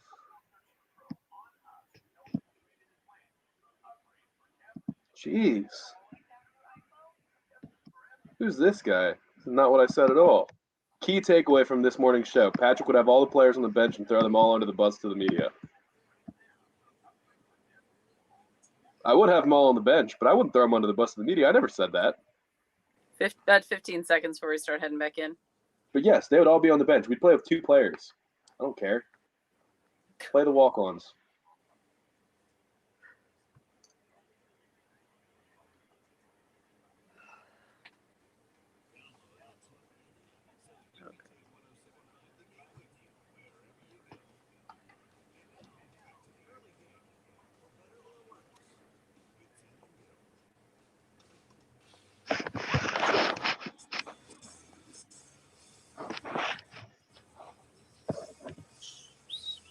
All right, guys, rip. Officially kicking off the second half of the program. I guess that officially kicks off the second half of the week as we sit here on a Wednesday as well. 6100 is the number. What's that, Bill? I was going to say, we're now into the second half of the week. Yeah, it did. I mean, it is 7:42 on a Wednesday morning, so I get it. Most people aren't on their second half of the week quite yet. We live in our own little bubble here on the early game. That includes the Love Chevy phone lines, where I'd like to get out to right now and get more of your opinions about Gamecock football to this point. Looks like Ty has been waiting most patiently to weigh in at 803-404-6100. Morning, Ty. Hey, how y'all guys doing today? Good, man. My thing is this, and I'm listening to Pat saying, I'll sit him down immediately like that. That tells me a couple of things, that you probably haven't managed a large group of people, especially kids. And if you sit him down immediately, he can have a totally different reaction. You might lose him for 2 more games just because of what you did in front of everybody. And then as a coach, especially a new coach that just got there and don't understand the personality of the whole collective as a group yet, not fully, he's trying to understand that. And the thing is, as he set him down, he can also lose his team, because the team could be like, well, we're losing our best player, and let's say that he a wide receiver went out and scored because he wasn't out there. Now they're looking at the coach quite differently, and even the media will look at the coach quite differently. I'll give you a point with Bill Belichick when he didn't let the cornerback play. I think it was Malcolm Butler play in the Super Bowl. And everybody was like, why is he not playing? They contribute some of the loss, or why they lost that Super Bowl, for him not playing. And I don't think just sitting him down sends a message. You send a message through practice. And coaches know their players to a certain extent. If they're a troubled player, as far as they're not showing up to meetings, they're not giving all in practice and whatnot. And I don't know the player personally, but I'm pretty sure he knows better than me. And he figured that he can handle that after the game, because you got to understand too, that's ego on the coach by just sitting them down and like, I'm not gonna let you play because you've taken the team asset that's fighting hard, especially in a game like that, out of it. That's my opinion. Strong call, Ty. What do you think, Pat? Well, I disagree with almost every part of it. First of all, I hate when people start out by saying what he said. Clearly, you've never managed a large group of people or coached kids. First of all, I've coached kids my entire life. I coached high school lacrosse. I've coached every level, and these are not kids, first of all. They are adults. They're kids to us because they're younger. But Jamar Brown is older than probably 90% of people that were drafted in the NBA draft last year. Like, he's 20 years old, okay? He's not a child. And even more so than that, sometimes kids need to realize that when you make selfish plays or do things, they need to be sat down. When I'm coaching 10-year-old kids, I can't just let the best player get away with things if he's being a brat or if he's doing things that are hurting the team because of his selfish actions. You need to set him down and show him, like, yeah, you can't do that. Nobody's exempt from these rules.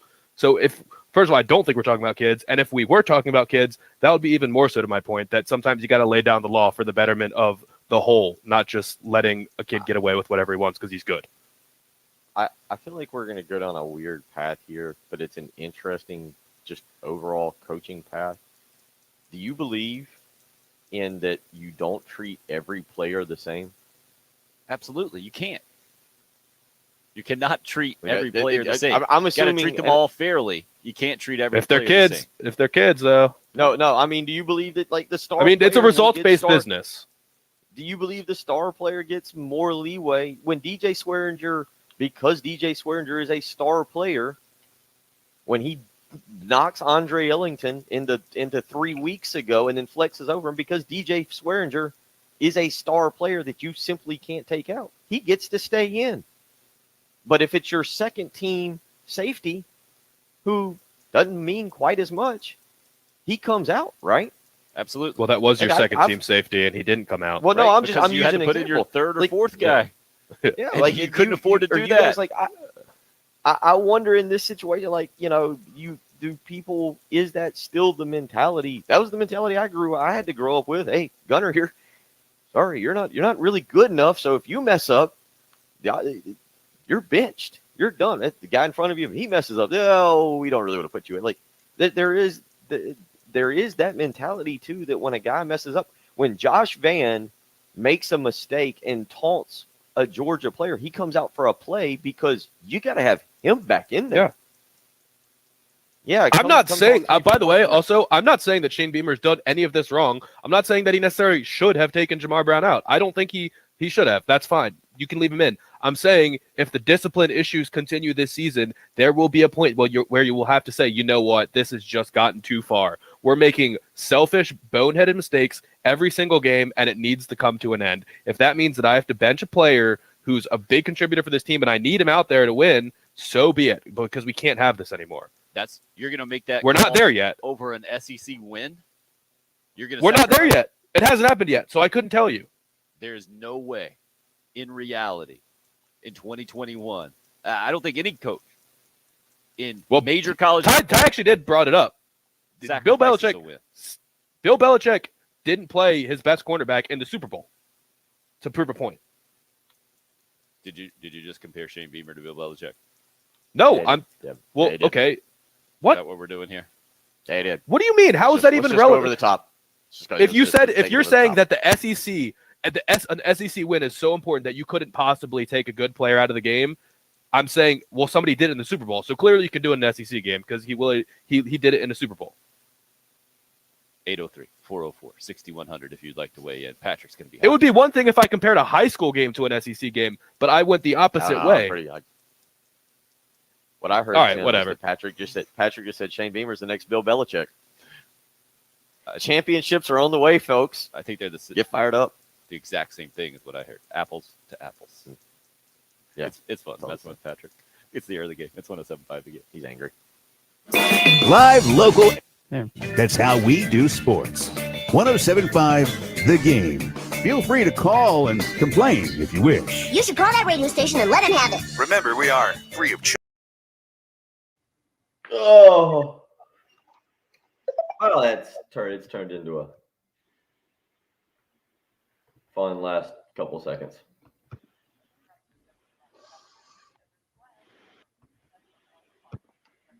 I do hate when this happens, though, where now, like, we've totally lost my initial point because now it sounds like I'm criticizing the way Shane Beamer's handling discipline, which I'm not doing. I'm just saying, and now it's just become like a whole philosophy thing where everyone that's going to listen now is going to think like, oh, Patrick thinks Shane Beamer should have benched Jamar Brown, which I didn't say, and I don't think.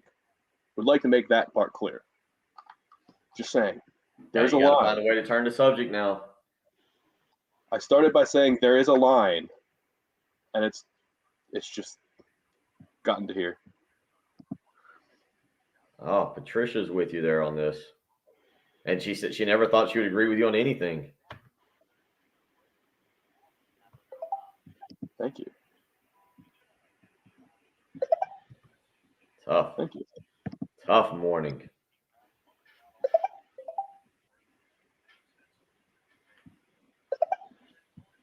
Oh, finally the supporters are coming in on the text line. Thank you.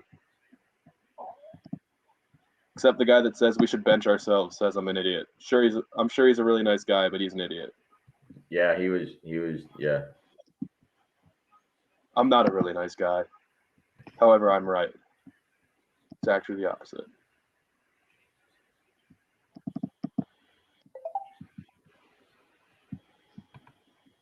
Good times. I'm not trying to do anything, John. I'm here.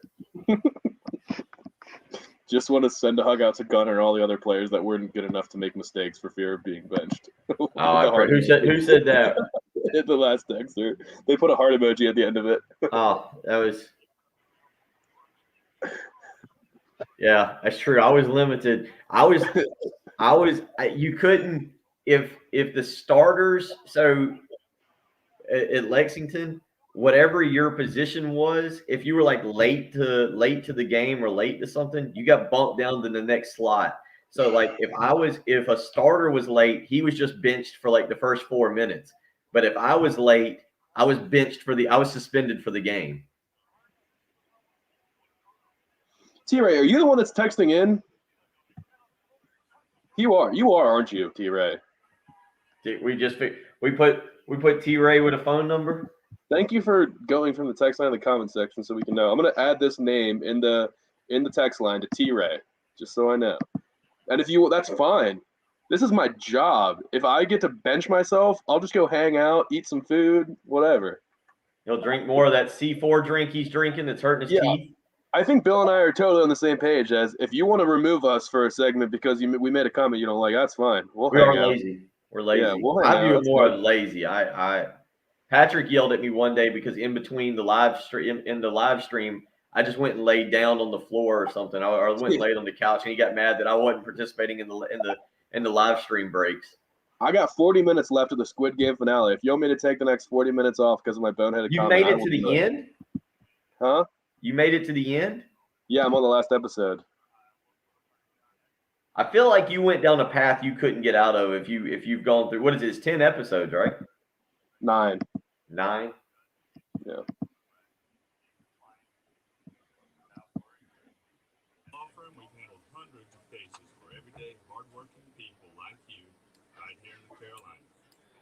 Oh, it's going to be a rainy Wednesday, I think. Oh, remove or replace? You can replace me. T-Ray, call in. You can do the next 40 minutes. Don't I I love get you too. All right. We're about to come back in. Now I've had a coffee and an energy drink, so. Yeah. Patrick is in rare form. Now we're ready.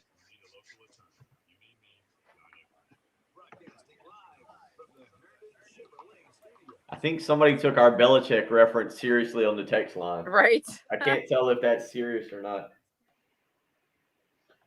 Yeah, I don't know, because we have lost what I actually meant from where this has ended.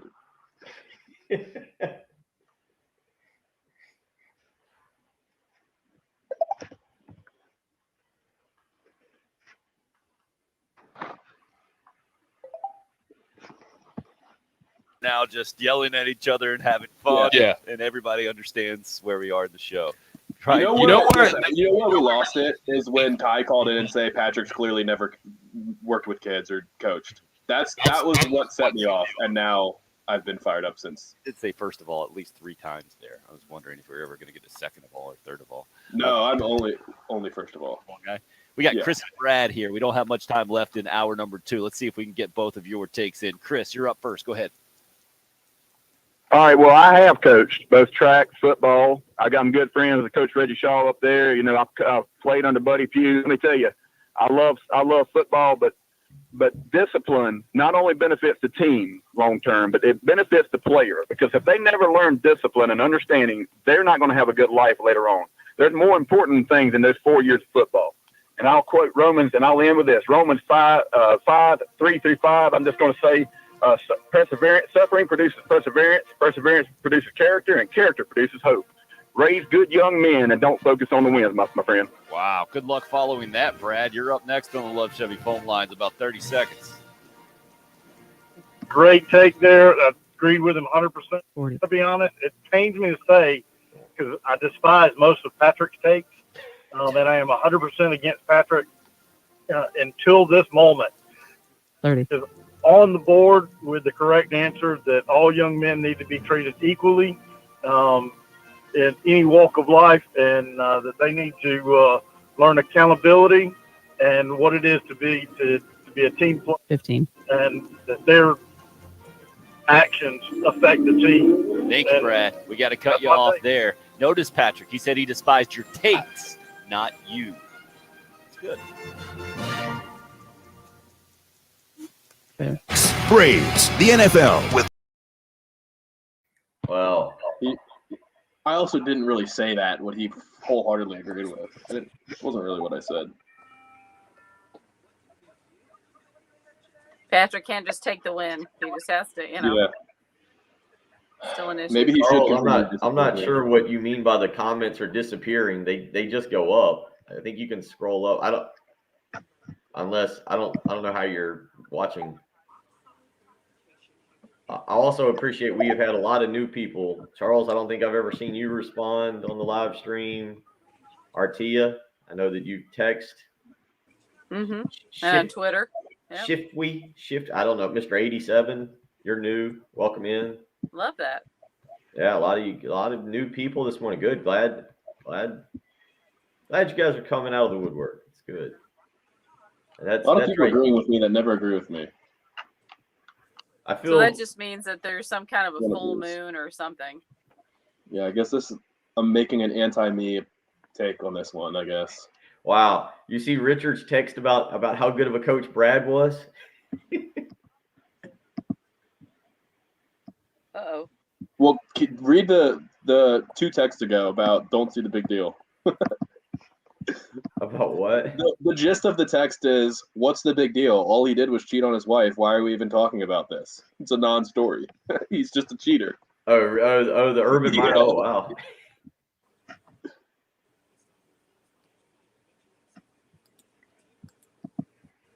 Or like, I bet you it gets worse than that. What are we even talking about here? Agree. Had to be addressed in a press conference.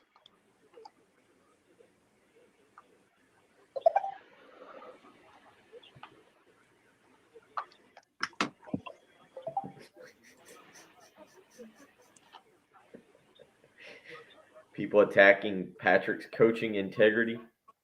Gosh, poor Patrick. I'll bench it if I need to. Yeah, I resented that. It's okay, Ty. But I did resent that. I love coaching. I've always loved coaching. When I win the Powerball, all I'm going to do is coach high school lacrosse. Oh yeah, did you see somebody won Powerball Monday night? $700 million. Yep.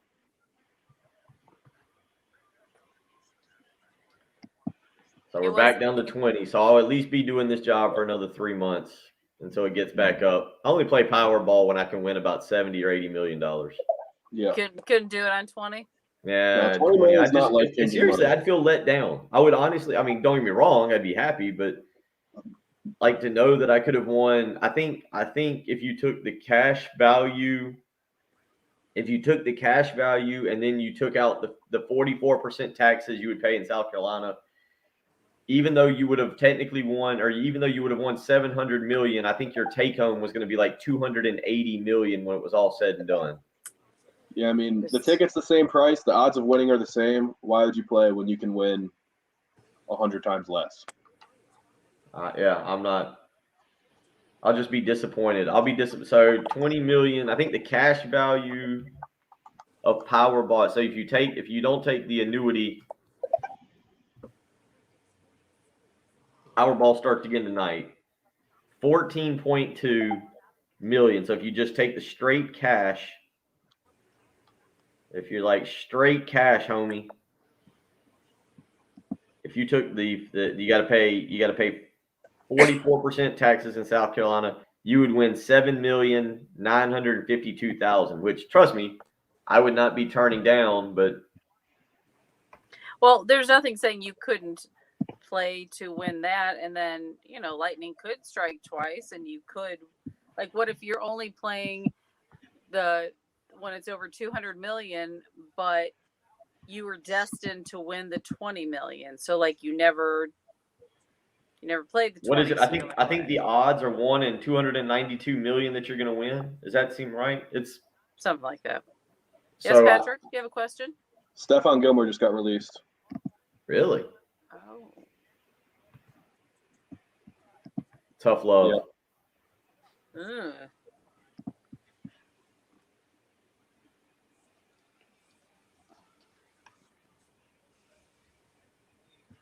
Dang.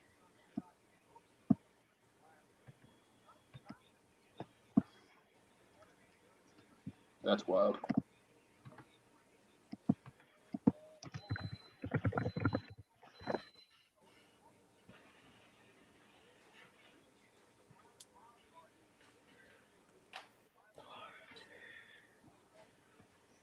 I need to read.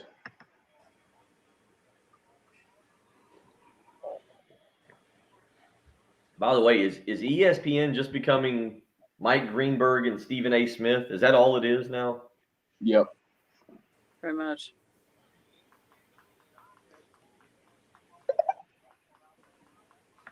Oh, Monster Jam is on NBCSN.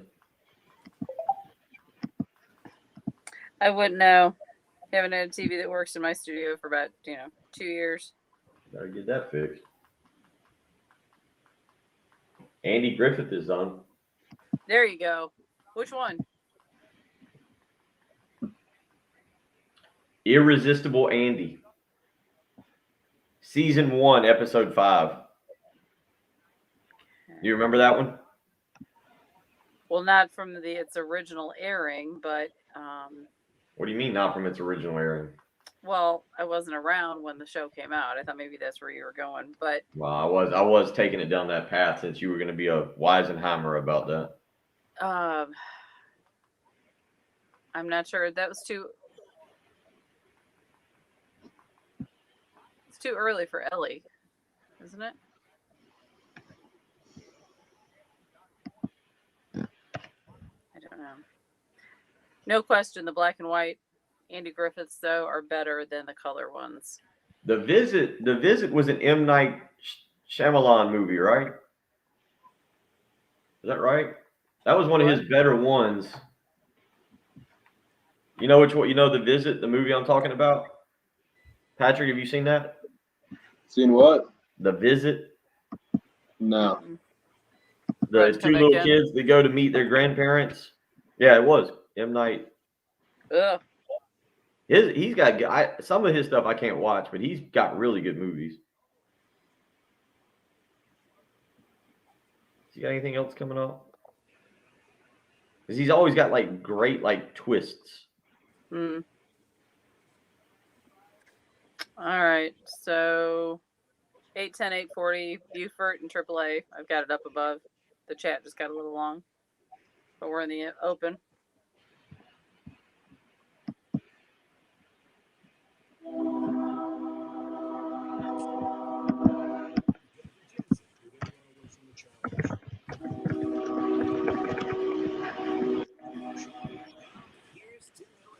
Here on 107.5 The Game.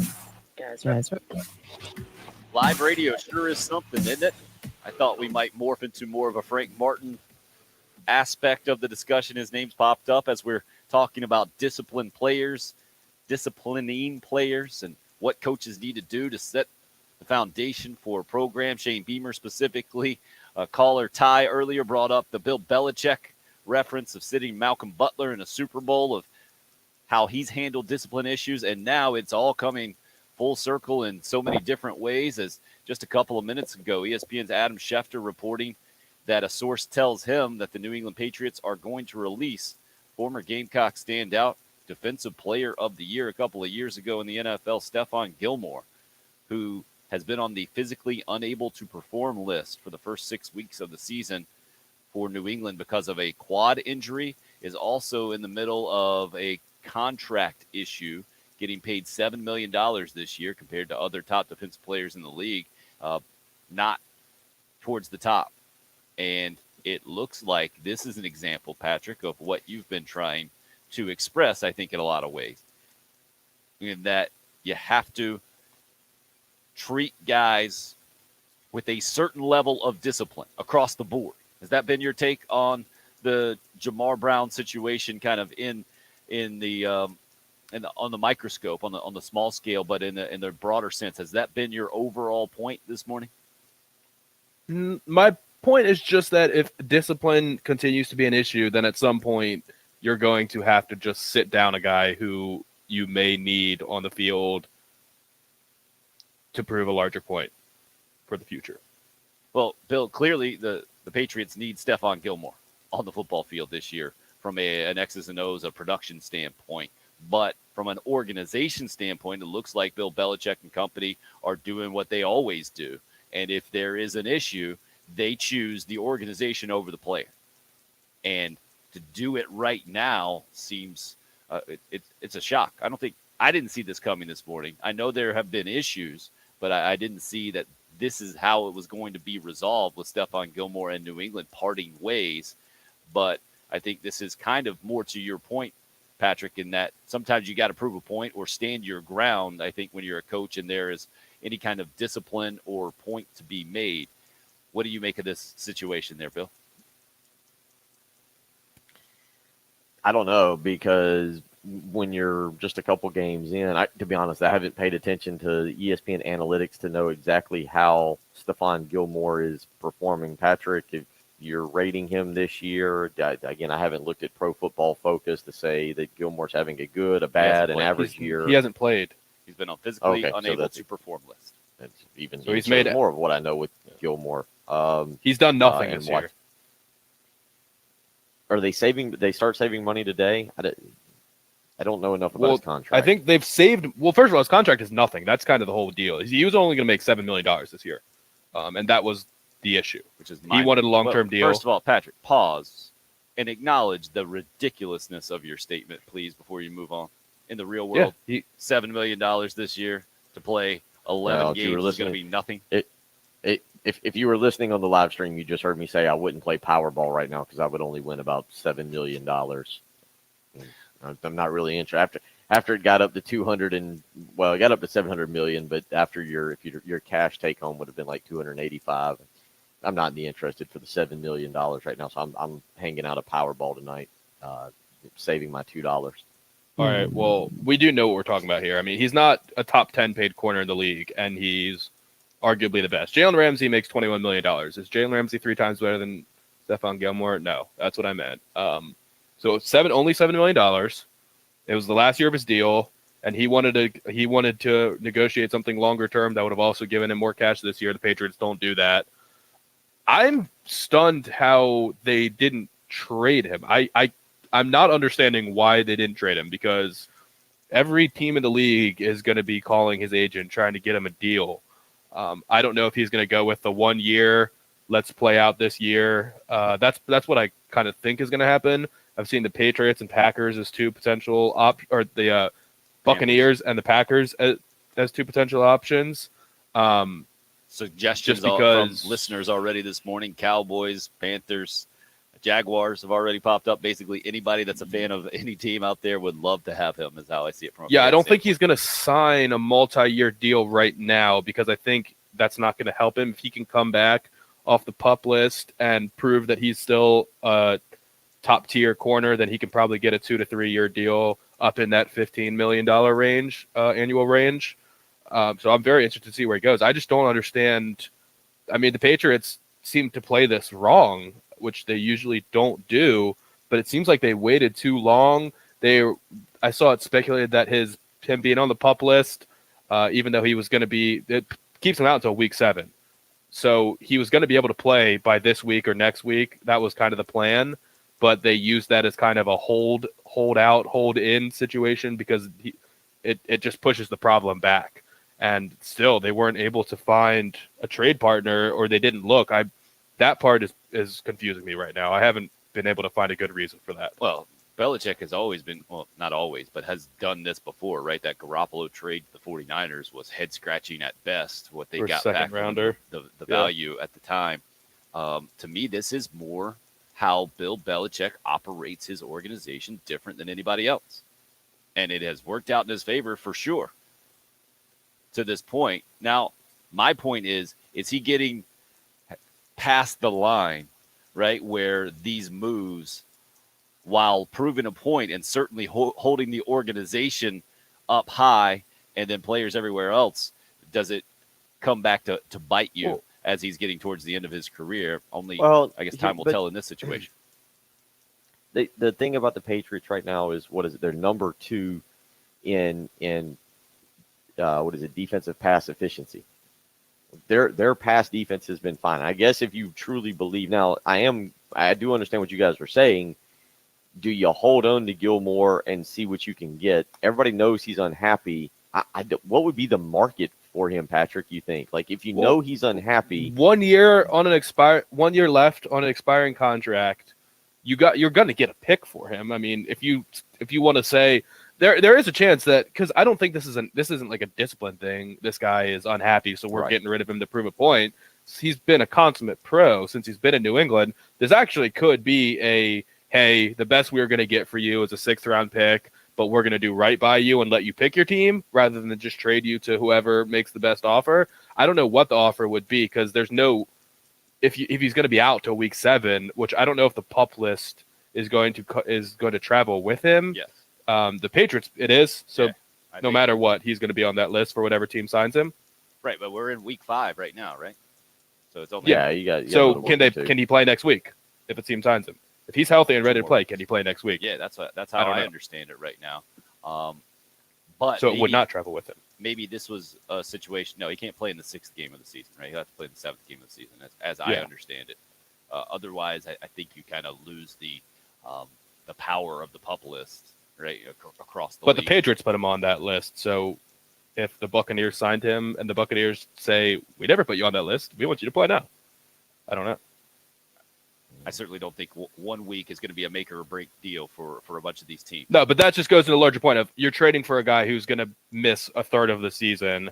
How much are you really willing to give up? Because then you figure, how healthy will he be when he comes back? Will he be the old Stephon Gilmore? Like, it's a big risk to take to trade for Stephon Gilmore right now for 1 season. But I would still think that somebody would have thrown you a 7th rounder for the chance. For sure. 803-404-6100. Big news again, if you're just joining us or haven't checked the social media here in the last 15 minutes, I think this coming down. Reports are that the New England Patriots parting ways, cutting Stephon Gilmore. As I said that, it dawned on me that I was saying this just a few weeks ago when they decided to cut Cam Newton and move forward. And again, another example of how the Patriots, I feel like, operate differently. But this goes into our conversation, right, about the decisions that are made at the top of a college football program like Shane Beamer, how he's handled the Jamar Brown situation from a discipline standpoint, and publicly and privately, how that's being handled and setting the tone for the program and the foundation. It's a lot different for Bill Belichick and pro football and where he is in his career compared to where Shane Beamer is right now with the Gamecock football program. But there's certainly some parallels and obviously connections with Gilmore being the former Gamecock. Wanted to get out to the Love Chevy phone lines as we kick off hour number 3 here. Ray's been waiting patiently to weigh in at 803-404-6100, talking Gamecock football, accountability in general, going along with this morning's conversation. Good morning, Ray.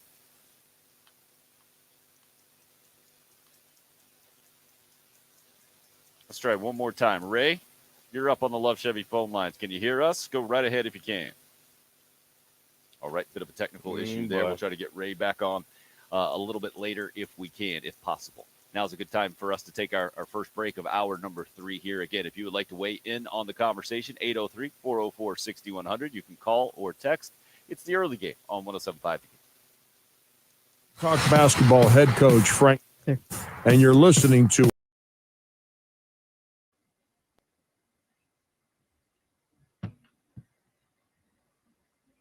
Hot topics this morning. What should have the Patriots done with Stephon Gilmore? Should they just cut him? Should they have gotten a draft pick? How do you coach kids, whether they're in college or whether they're younger? All kind of different opinions, people voicing them.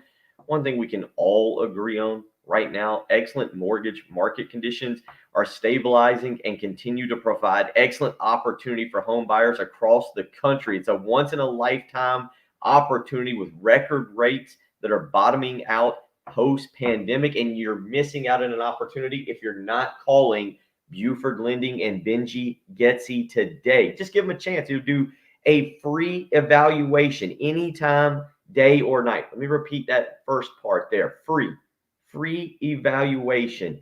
843-524-2404 is how you can get in touch with them. If you are self-employed and need to purchase a home or refinance, Buford Lending can help you and work with your situation. Benji Getsy, the broker owner, has been self-employed for 25 years and knows exactly what to do to help save you money. So whether you agree that Stephon Gilmore should have been traded for a 7th-round draft pick, or whether you think that Jamar Brown should have been benched, we can all have different opinions on that. But we all agree that with the great current rates that are available to home buyers and to people wanting to refinance, now is the time to make a move. The refinance opportunities are saving Benji's clients $300 to $500 per month. So don't wait around. Give Buford Lending and Benji Getsy a call. 843-524-2404. Let me repeat what I think is the most important part. He will give you a free evaluation anytime, day or night. Why would you not spend 10 minutes to find out how much money you could save? 843-524-2404. That's Benji Getsy with Buford Lending.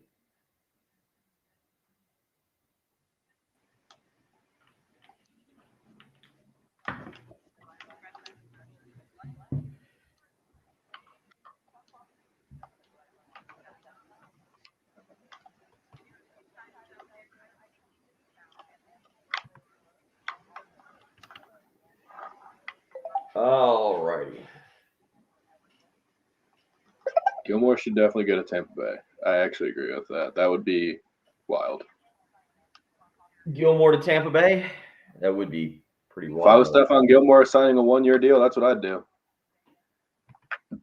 It's the one area that Tampa Bay is not good right now.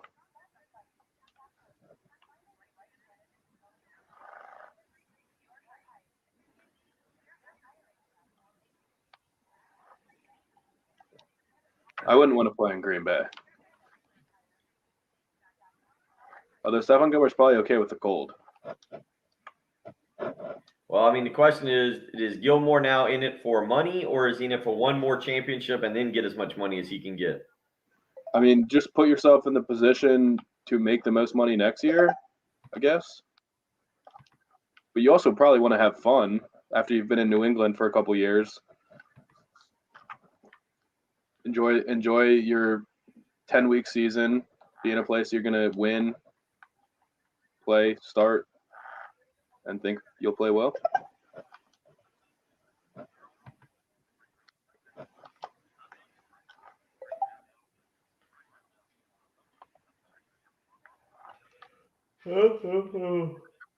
Oh, we got Chargers Browns this weekend. Mayfield versus Herbert. What is going on with the text line? Good grief. Blowing up right now.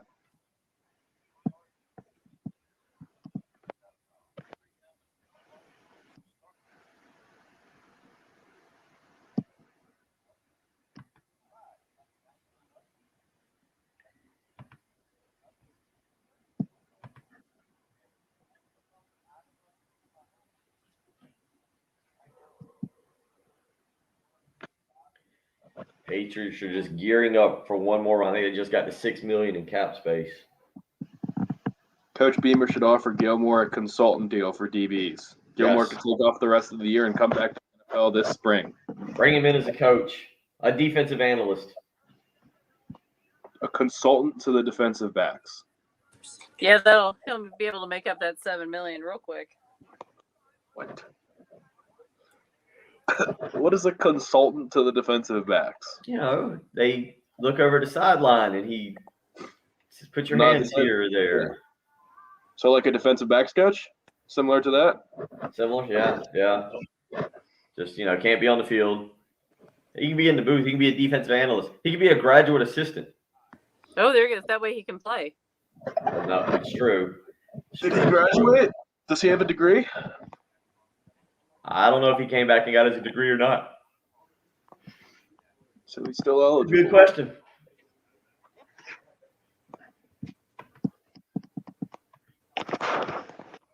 Good question. Find out his eligibility. They don't need help in the secondary. The secondary is okay right now. I think you should always be able to come back to play your senior year if you leave early. I agree. No matter what age you are. Yeah. You got a 65-year-old. Yep, I'm coming back, man.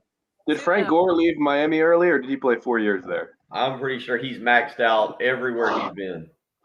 I think he should be allowed, when he retires from the NFL, if nobody signs him, he should be able to go back to Miami and play his senior year and get his degree.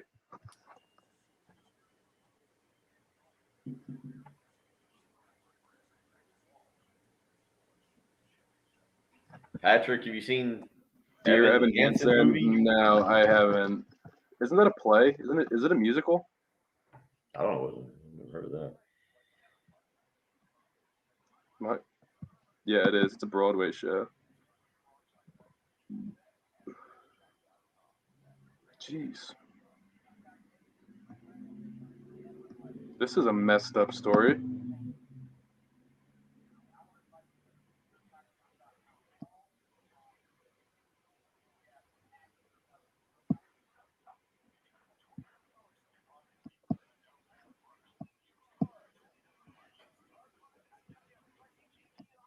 The Packers definitely need help at DB. They needed it before the season, and now that Jair Alexander's hurt and probably going to be out for a while, they need it more. I'm not sure how long he'll be out, though.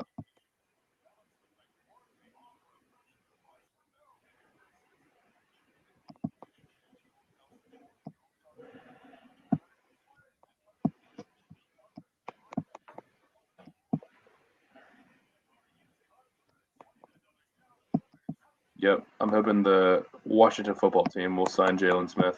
That would be big.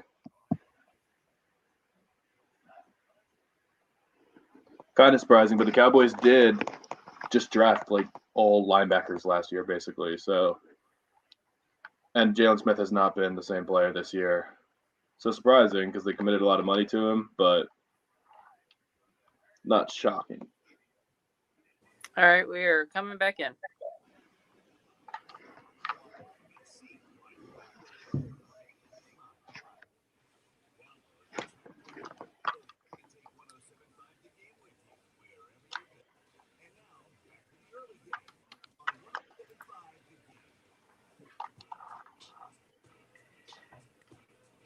Guys are up.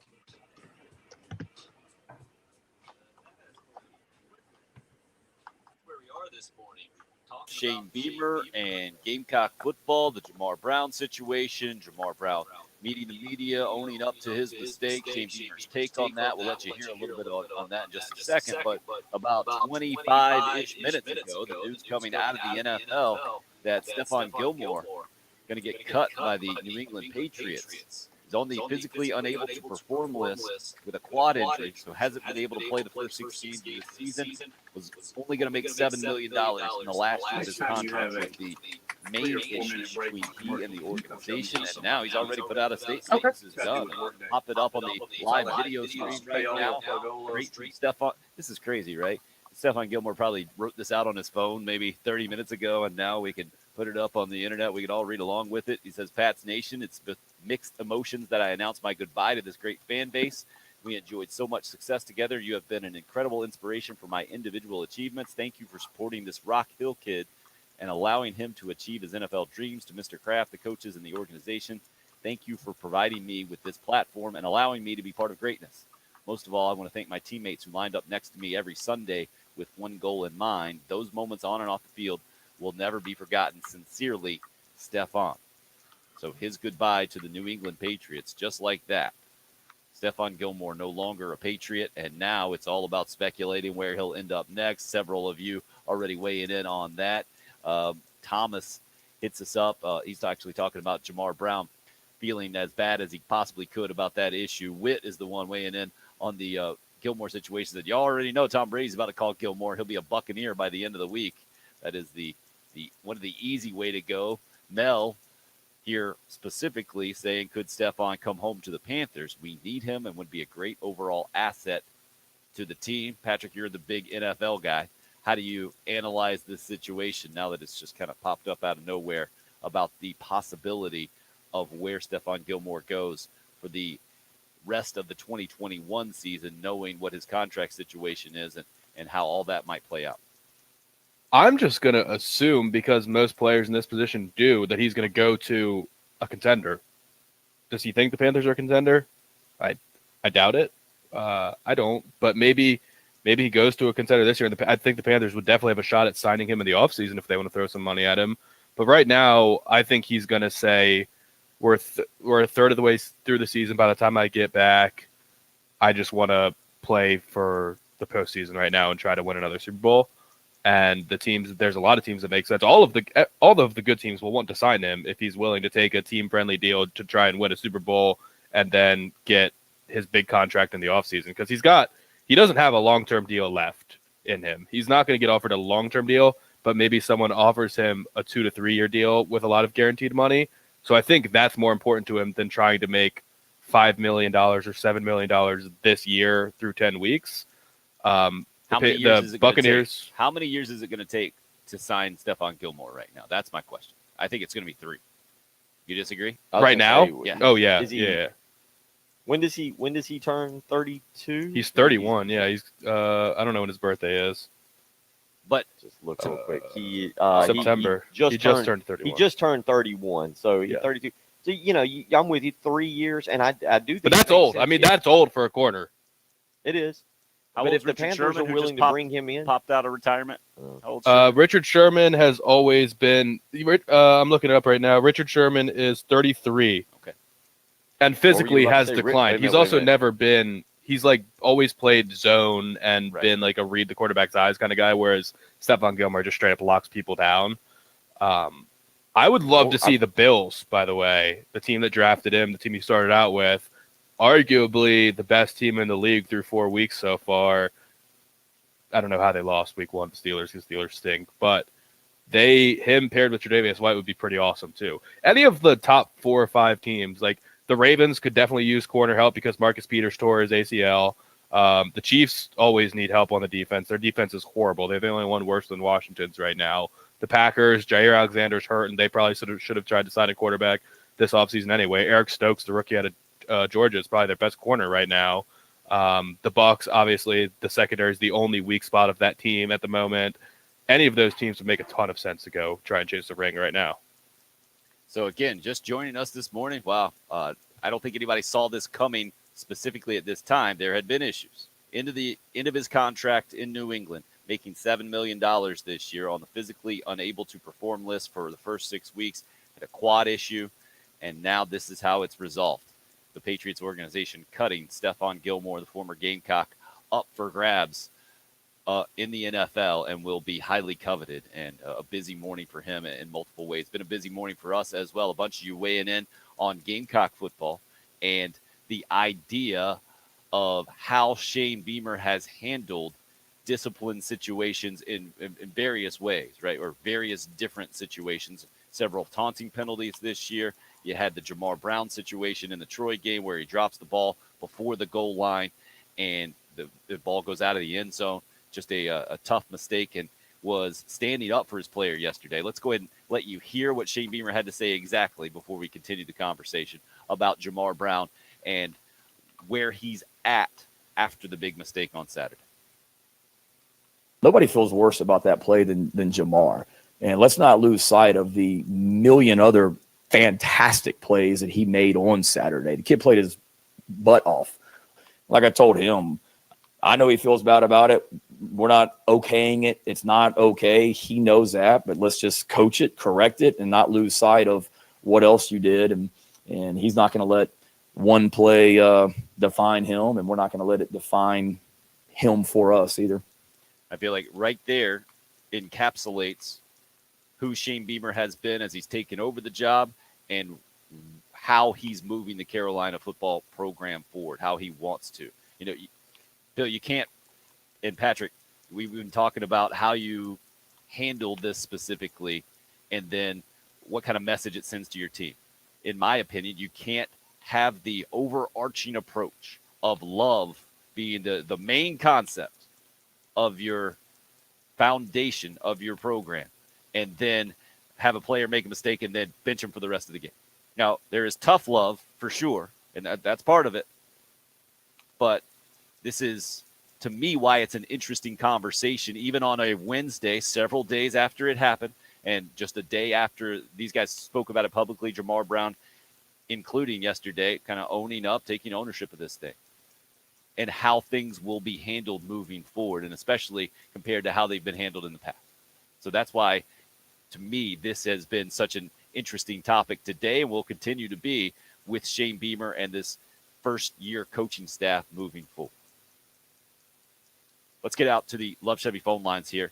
Tried to get to Ray a little bit earlier, had a technical issue. He's back. Ray, can you hear us this time? How we doing? Hey, good morning, gentlemen. Hey, just want to call in and kind of do my little smorgasbord where I'm all over the place. But first thing I was going to just talk about, I sure want to see more of E.J. Jenkins. I think the coach mentioned yesterday that E.J. had worked himself hard in practice and that, you know, and he was impressive in the game. And to me, guys, he just looked like he belonged out there. So that was good to see. And I'd like to see more of the is it freshman tight end Bell. I mean, he's another guy that looks like he kind of knows what he's doing and looks like a really good athlete to me. And just want to get a couple more things on Patrick. Patrick, I love your accountability. You have, my opinion of the millennials have gone up tenfold over your accountability and your principle. Honest to God, man, that was good stuff. And the last thing with the news you just broke about Gilmore, wouldn't it be cool if he went to the Panthers and that way you have Gilmore and you have Horn, you kind of have the, you know, the past meets the present, that kind of thing, and being the Gilmore from Rock Hill. So anyway, a lot of good stuff, and that's my take, and thanks for letting me give you my views. Thank you, Ray.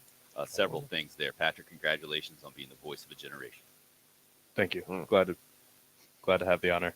I think I deserve it. Secondly, I am proud of us for breaking that Stephon Gilmore story this morning. Boy, is Adam Schefter, Ian Rappaport, they are jealous of this program, no doubt about it. Ray, good to hear from you. Let's keep it rolling on that Love Chevy phone line. So you got something real quick first? Well, to his last point, I mean, I didn't even think about J.C. Horn as a potential factor, but I don't think it's going to be a factor for this year because he did break his foot and J.C. Horn might be done for the year already. The Panthers do just seem to make a ton of sense for him to end his career back home, mentor J.C. Horn, the Gamecock, mentoring the young Gamecock. The Panthers have money. Like, right. It would be a really good fit at the end of this season. Dante Jackson, Stephon Gilmore, and J.C. Horn, like, stylistically, it would seem to be a nice little complement to each other. I would really love that fit next year. Well, also sending. Why do you say next year? Why wouldn't they be right now? Well, I don't know that they're going to make him a multi-year offer. Like, I just think his plan right now, because that just history and guys getting released in situations like this, mid-season offers. He's coming off the PUP list, hasn't played a game. Nobody knows what he's going to look like. Are the Panthers really going to offer $15 million next year to him, or is he going to accept a $5 million a year offer? Like, how does he feel right now? Does he feel 100%? If he thinks that he's going to come back and be the same player he was last year, there's no reason for him to take a non-market value offer. Like, it makes some sense for him to just test the market. But why wouldn't the Panthers be at the top of the market? Is my point. Because they're not a contender. I think this is what are you talking about? How are they not? They're not a Super Bowl contender. I'm with you. Look, I mean, they might think they are. I don't think they are at all. But no, we don't think they are. Yeah, what they think is irrelevant to what we think. But you guys would agree. Like, I feel like this is his chance to go out and get half a season. I don't know what he got in guaranteed money this year. I know you said he was due $7 million. I think he might have gotten about 2.2 or something. I'm not sure what he got this year. But the bottom line is he can go sign a decent contract. Kansas City, I think, is 32nd in pass efficiency right now, defense. So they need help, but they're a Super Bowl contender. The Buccaneers obviously are one. Green Bay, if he wants to go that route, certainly could help their secondary. And I'm with Patrick. You sign a 1-year deal, and then next year you see what you can negotiate, how much you can get for a 3-year deal. You come home to Carolina. you finish your career out. I don't think that the tutoring or the mentoring of J.C. Horn would be on his mind, although for South Carolina fans, that'd be really cool. But you can play close to home for 3 years, 4, whatever you can get out of it and finish your career. I think this is your chance to go to a contender to be a major part, not the same personality, but Patrick, would you kind of compare it to maybe Le'Veon Bell trying to go to Kansas City last year and collect a championship that obviously didn't happen? Yeah. I mean, yeah, it happens every once in a while when guys get released late in the season and teams already have their caps set and they don't know what it's going to look like next year. Like they don't know how much they're able to spend right now. And usually you just don't see multi-year contracts signed in the middle of a season. Not saying it couldn't happen. I don't think it would make a lot of sense for either side. If the Panthers were willing to say, yeah, we'll give you a market value deal, sight unseen, that would be kind of irresponsible by the Panthers front office. How? You're acting like he's coming off a major injury. So I don't think that's what this is. This was more of a holdout situation, wasn't it? And this is how the Patriots, the only step Wow, he did have an injury. We don't know how he did have an injury. It was a quad injury. When have we ever heard that a quad injury has altered a career? Major. Well, he's also just getting older. When guys get hurt at this stage of their year, he only played 11 games last year. He didn't play the full season last year either. I think he's a Hall of Famer already, right? I think teams are very careful about these types of things. I mean, if you're not certain that he's going to come back and be a Pro Bowl caliber corner at age 31, you're going to have him through his age 34 season. If he's slowing down at all, like this is the age that a lot of cornerbacks plateau or start to decline in athleticism and quality. It's just how it goes. He's played a lot of football too. He's not Patrick. I feel like Tim's under the impression he's going to get a multi-year deal from anybody that would. I think what you're saying is at this point in time, that's the odds of that mid-season. And as crazy as it to say, we're almost a mid-season. It's rare. It's rare. He can take a 1-year deal, go join a contender, go for one more ring, be a important part, Tim, of that team, whether he's a starter or whether he's a key backup, one of the two. He can go collect another championship with a team of his choosing, and then next year sign the final contract of his career, make decent money, and choose where he wants to live. Yeah. I guess on the other side of that coin, he could also get hurt on this new team and not get offered something serious like this. He may feel like, hey, if someone offers me a multi-year deal, like I am taking that security right now. I guess you guys are diagnosing this thing much different than me. This was a contract issue with New England, and that's why he's cut. That's how I see it. Contract deal, cut. They couldn't figure it out, and they weren't going to get any value out of him from anybody else with this current contract.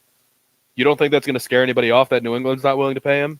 Usually people say, oh, if Bill Belichick doesn't want to pay this guy, maybe I should be careful about overspending on him too. Belichick doesn't want to pay anybody. That's what the Patriots have. He wanted to pay Stephon Gilmore. First of all, Stephon Gilmore was like the outlier case of a free agent that the Patriots paid more than everyone else. They targeted Stephon Gilmore and said, this is uncharacteristic of us, but we're going to pay top price for the best corner in the game, what they felt like. So they actually did pay Stephon Gilmore. And also, we're coming off an offseason where the Patriots spent more money than any team has ever spent in free agency in the history of football.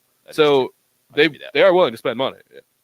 For the first time. And that's why I think this is Bill Belichick handling things maybe a little bit differently than he's ever handled them before, or more aggressively than he's handled them most part of his career. I get it that the Patriots, once they feel like you don't have the value that they've assigned to you, they're cutting ties quickly. Yeah, this is a fascinating situation in so many different ways, especially for those of us who, I saw Gilmore play at South Point as a quarterback out of Winsboro against Fairfield Central. How many ever years ago? It's showing my age this morning.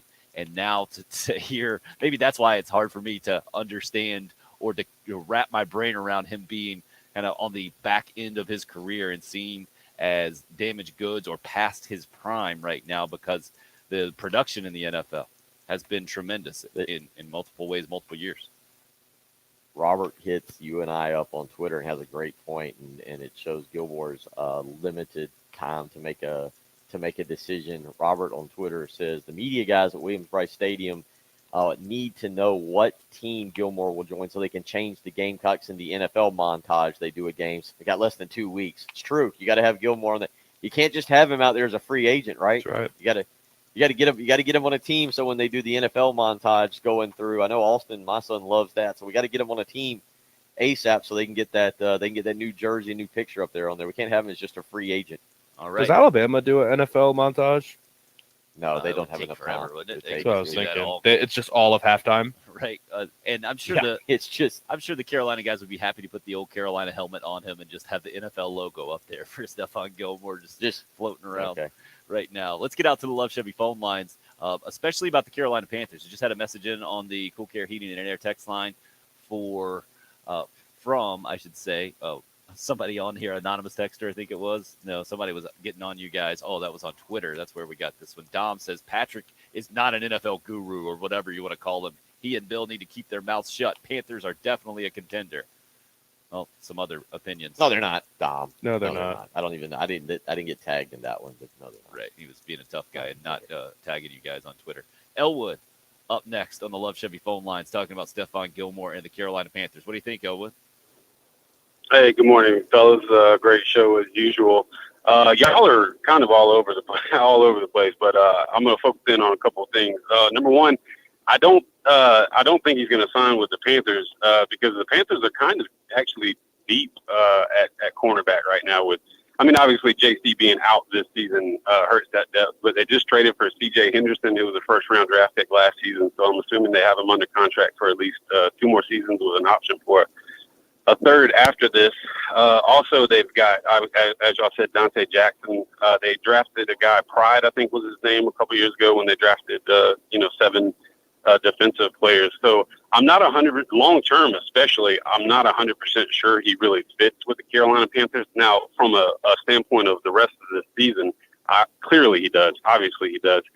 Also, it's rare for someone to sign a multi-year contract after they've been released during the season because that's pretty rare that happened for this type of player. The type of player that's won the Defensive Player of the Year within the last two seasons, I think. So I don't think the Panthers fit. I don't know what he's going to do long term. I don't think the Panthers fit long term. I don't know what he's going to do long term. But I'd love to have him for the rest of this season. Great show, guys. I'll hang up. Y'all have a great day. Appreciate the phone call. Patrick up next on the Panthers and the possibility of Stephon Gilmore. Go ahead, Patrick. Yeah, I'm just piggybacking off the other guy's call. I think as a Cowboys fan, and I'm sorry, Patrick, I know you're a Washington football fan, I would love to see him in Dallas. It would absolutely be a monster with Trevon Diggs. It would be a monster. I don't. Yeah, go ahead. You're absolutely right. Trayvon Diggs has 5 interceptions already. The Cowboys defense is a mile better than everyone thought they were going to be this year. Micah Parsons is one of the best defensive players of football already. Like Stephon Gilmore getting out of that defense would terrify me.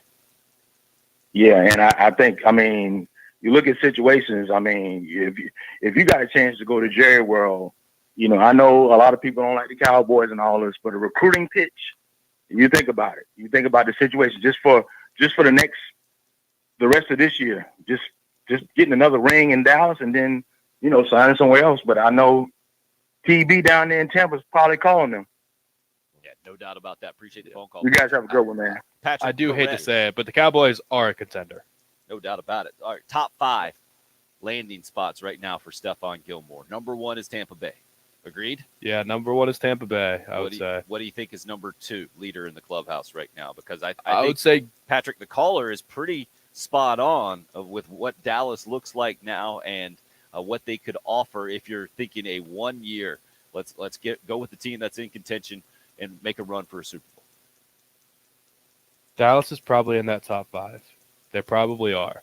The Chiefs have to be in there because everyone always wants to go to the Chiefs. I would say the Packers because they're desperate. Is that when you say everyone always wants to go to the Chiefs? Is that always been the case, or is that a new thing? That's a new thing. It's Patrick Mahomes. Thing. Yeah, it's Mahomes. Okay, just For making sure because everyone always wants to go is a very strong sentence. I would probably put the Packers. I would definitely put the Packers in that top 5. I'm trying to think of who number 4 is. The Packers are probably the most desperate of all of the contenders. Right. Their quarterback room is not in a good way right now. Number 5. You mentioned the Bills. I don't know what kind of earlier. money Baltimore has. Put I would say the back in? Bills or the Ravens. Yeah. Okay, so we'll go with a top 6. I think those are all legit. And where would you put the Panthers in the mix? You never know. I don't know what his personal situation is. Like, does he have a ton of family down here? Does he really want to get home? Is getting home always something that he's kind of dreamed of? He lives in the Charlotte area and has. Okay. Here's the question on the Panthers: Is there now buyer's remorse on C.J. Henderson, where if you'd have waited a week? Well, this is what I think. No, because they got a top 10 pick for nothing, for peanuts. They And traded what a I fourth think round about pick in Dan Arnold. The way that David Tepper is going to run this organization, he's not going to think like that, man. I mean, he was on in the preseason. He's game going to bring in and another guy. Drop some profanity, and he's like, "Well, what do I get fined for that? I got the money. I can afford it." Yeah. I think that's how he thinks. That's who he is. And if it made sense at the time, he's not going to live in the past and regret that. And if he can go out and get someone else and make the team even better, I think he's going to do it. I think he's going to be pretty aggressive here. That's why I would put the Panthers at least in the top 10 as far as possible landing spots for Stephon Gilmore as we sit here this morning. You can never have too many corners either. And the upside of getting a top 10 pick for a tight end and a pick swap, you had to make that move for C.J. Henderson. Even no matter what, that was worth it. If J.C. Horn was still there, it would have been worth it. 803-404. Troy Pride, the guy he mentioned from Notre Dame, the second-year kid from Notre Dame. I mean, he's got a chance to be a decent player, but they didn't commit a lot to him. I don't think I think he was a day 2 or 3 pick, so it's not like he's irreplaceable right now. Man, again, if you're just joining us today, newsy morning, Stephon Gilmore released, cut by the New England Patriots and kind of up for grabs right now. The former Gamecock, I don't know if we've seen this situation in recent memory. Patrick, you got one where a guy gets cut in the middle of the season and will be so highly coveted by so many teams and just a couple of years out from Defensive Player of the Year in the league? You guys have an example of that? Hit us up at 803-404-6100. Yeah, I can't think of one. Up and rolling on the video stream as well. Facebook, YouTube, live on Twitter. It's the early game here on 107.5 The Game. College football play.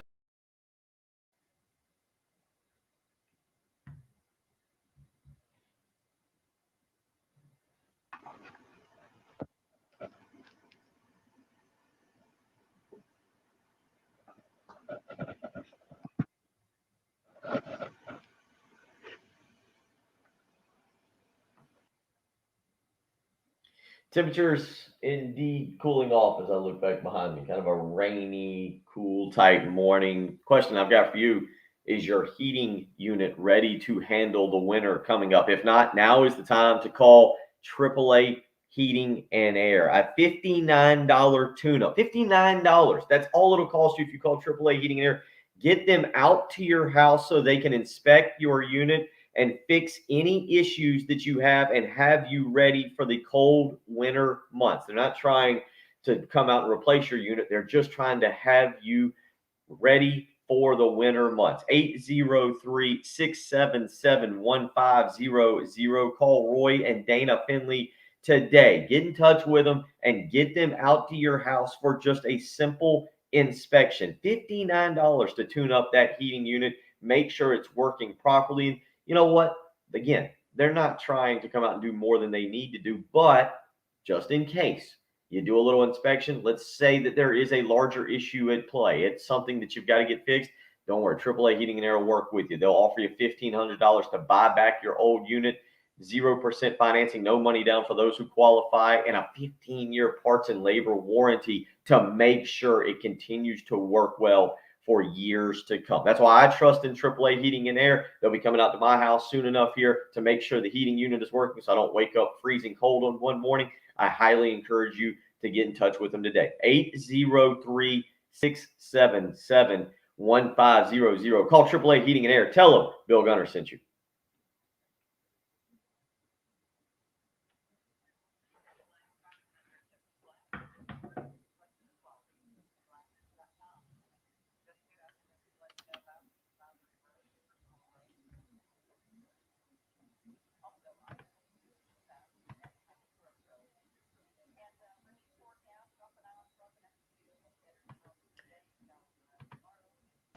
Patrick, who do you consider? Who is the top 5 contenders for Super Bowl right now? All right, in the NFC, the Bucks, Packers are the top 2, and the Cardinals and the Rams. So another big time, and the Cowboys. That's the NFC. That's the NFC contenders. Okay. In the AFC, the Chiefs, the Bills, the Ravens are the top 3. Nobody in the AFC South. That division's terrible. No, but the Browns, they are. Nobody else in the West is there. I'm not buying the Raiders at all. God, they did not look good Monday night. I'd say there's 4. They did not look good Monday night. We will find out more about the Panthers this weekend. They host the Eagles. Just because you look at the start of the Panthers season. Yeah, they just had the worst teams in football. Yeah. Yeah. 2 of them were at home and then beat a bad Texans team. Who do we say tomorrow night's a good game? Who do we say it was? The Seahawks and the Rams? Yeah. I think it's at Seattle tomorrow night. That's definitely worth watching. I can't say the Chargers are there yet. I don't know, maybe. At a certain point, you got to just believe that Justin Herbert is that guy. But a second-year quarterback, I just find it hard to believe. They're 3-1. I mean, they've got the Chargers. They got the Browns. They got the Browns this weekend. That'll actually be a good temperature check right there. Yeah, Chargers Browns will be worth it. They'll be worth an afternoon watching. We got soccer at 1:30, so. Well, I guess it won't necessarily tell you much if they win, but if they lose to the Eagles, then you might be able to say, okay, well, that was. Yeah, I hate to say it's a Eagles and then Vikings the next 2 weeks at Carolina. Next 2 weeks at Carolina. Those are 2 bad teams. If they but lose, you would say they're better than the 3 that they beat, right? Like, are we? Yeah. That's kind of why I say, like, I feel like the Eagles are the.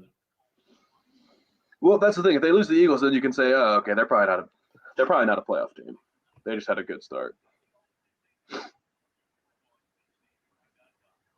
I mean, the Eagles are 1-3, but they've lost to the 49ers by 6, the Cowboys, and then the Chiefs. Like, they've got kind of the opposite schedule of the Panthers right now, who are 3-1. They didn't punt. There was no punts in the Chiefs-Eagles game.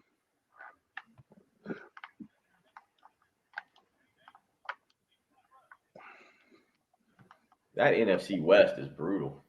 Yep.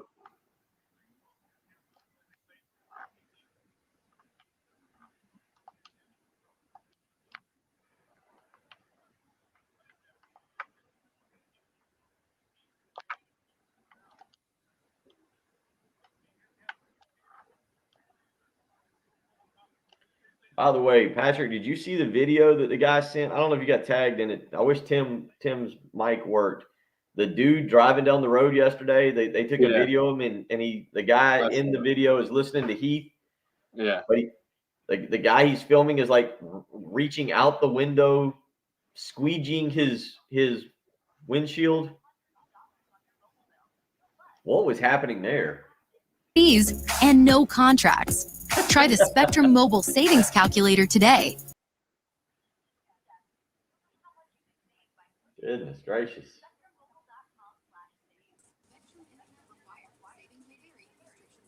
So how exactly does Urban Meyer earn his team's trust back? Is it by going home after every practice? Is it by winning football games? Like, always like the Yeah. I gotta earn their trust back. Like, we're heading back in. But yeah, that'll be fun. just go home. Bring your kids, bring your grandkids to every practice. Yep. Put on an apron.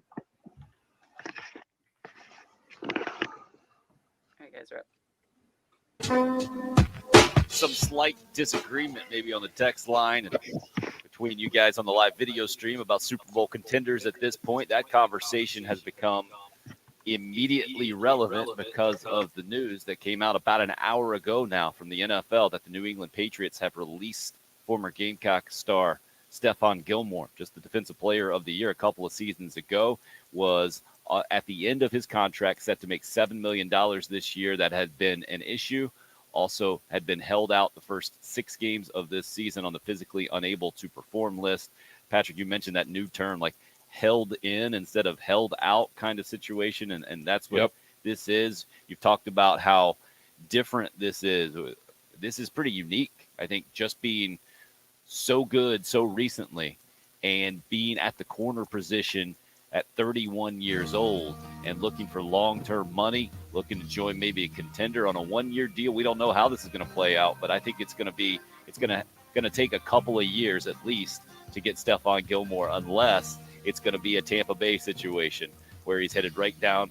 I mean, that would just take all the drama out of this real quick, right? It's like, no, I saw what Gronk and Tom Brady did. They won a Super Bowl. It's pretty easy. That's what I'm going to go do. If the Bucs become the first team to ever re-sign all 22 starters from a Super Bowl roster and then just add Stephon Gilmore, 30. people are going to be so mad. Especially because their first-round pick, Joe Tryon, is a stud, too. But they're definitely going after Stephon Gilmore, right? They have to be. You have to. Dead last right now and 15. Giving up average pass. A lot of injuries in the secondary, too, and they're just not that good to begin with. Do they have the money to be able to sign him? I guess is the question. We'll see. That people are so creative with money now. The salary cap's not real. Dan Patrick Show. Coming up next. Thanks for listening to the early game. Home of the Gamecocks. 107.5 The Game. WNKT FM, Eastover, Columbia. All right. Tim can't say anything, so we will say goodbye for him. Welcome to AutoZone. What are you All right. working on? Tim's mic doesn't So your work. headlights are We're getting texting all dim? y'all and The telling you season's to have a good day. Almost. Tim says, have a good day, and we'll do it all again tomorrow. Parting words?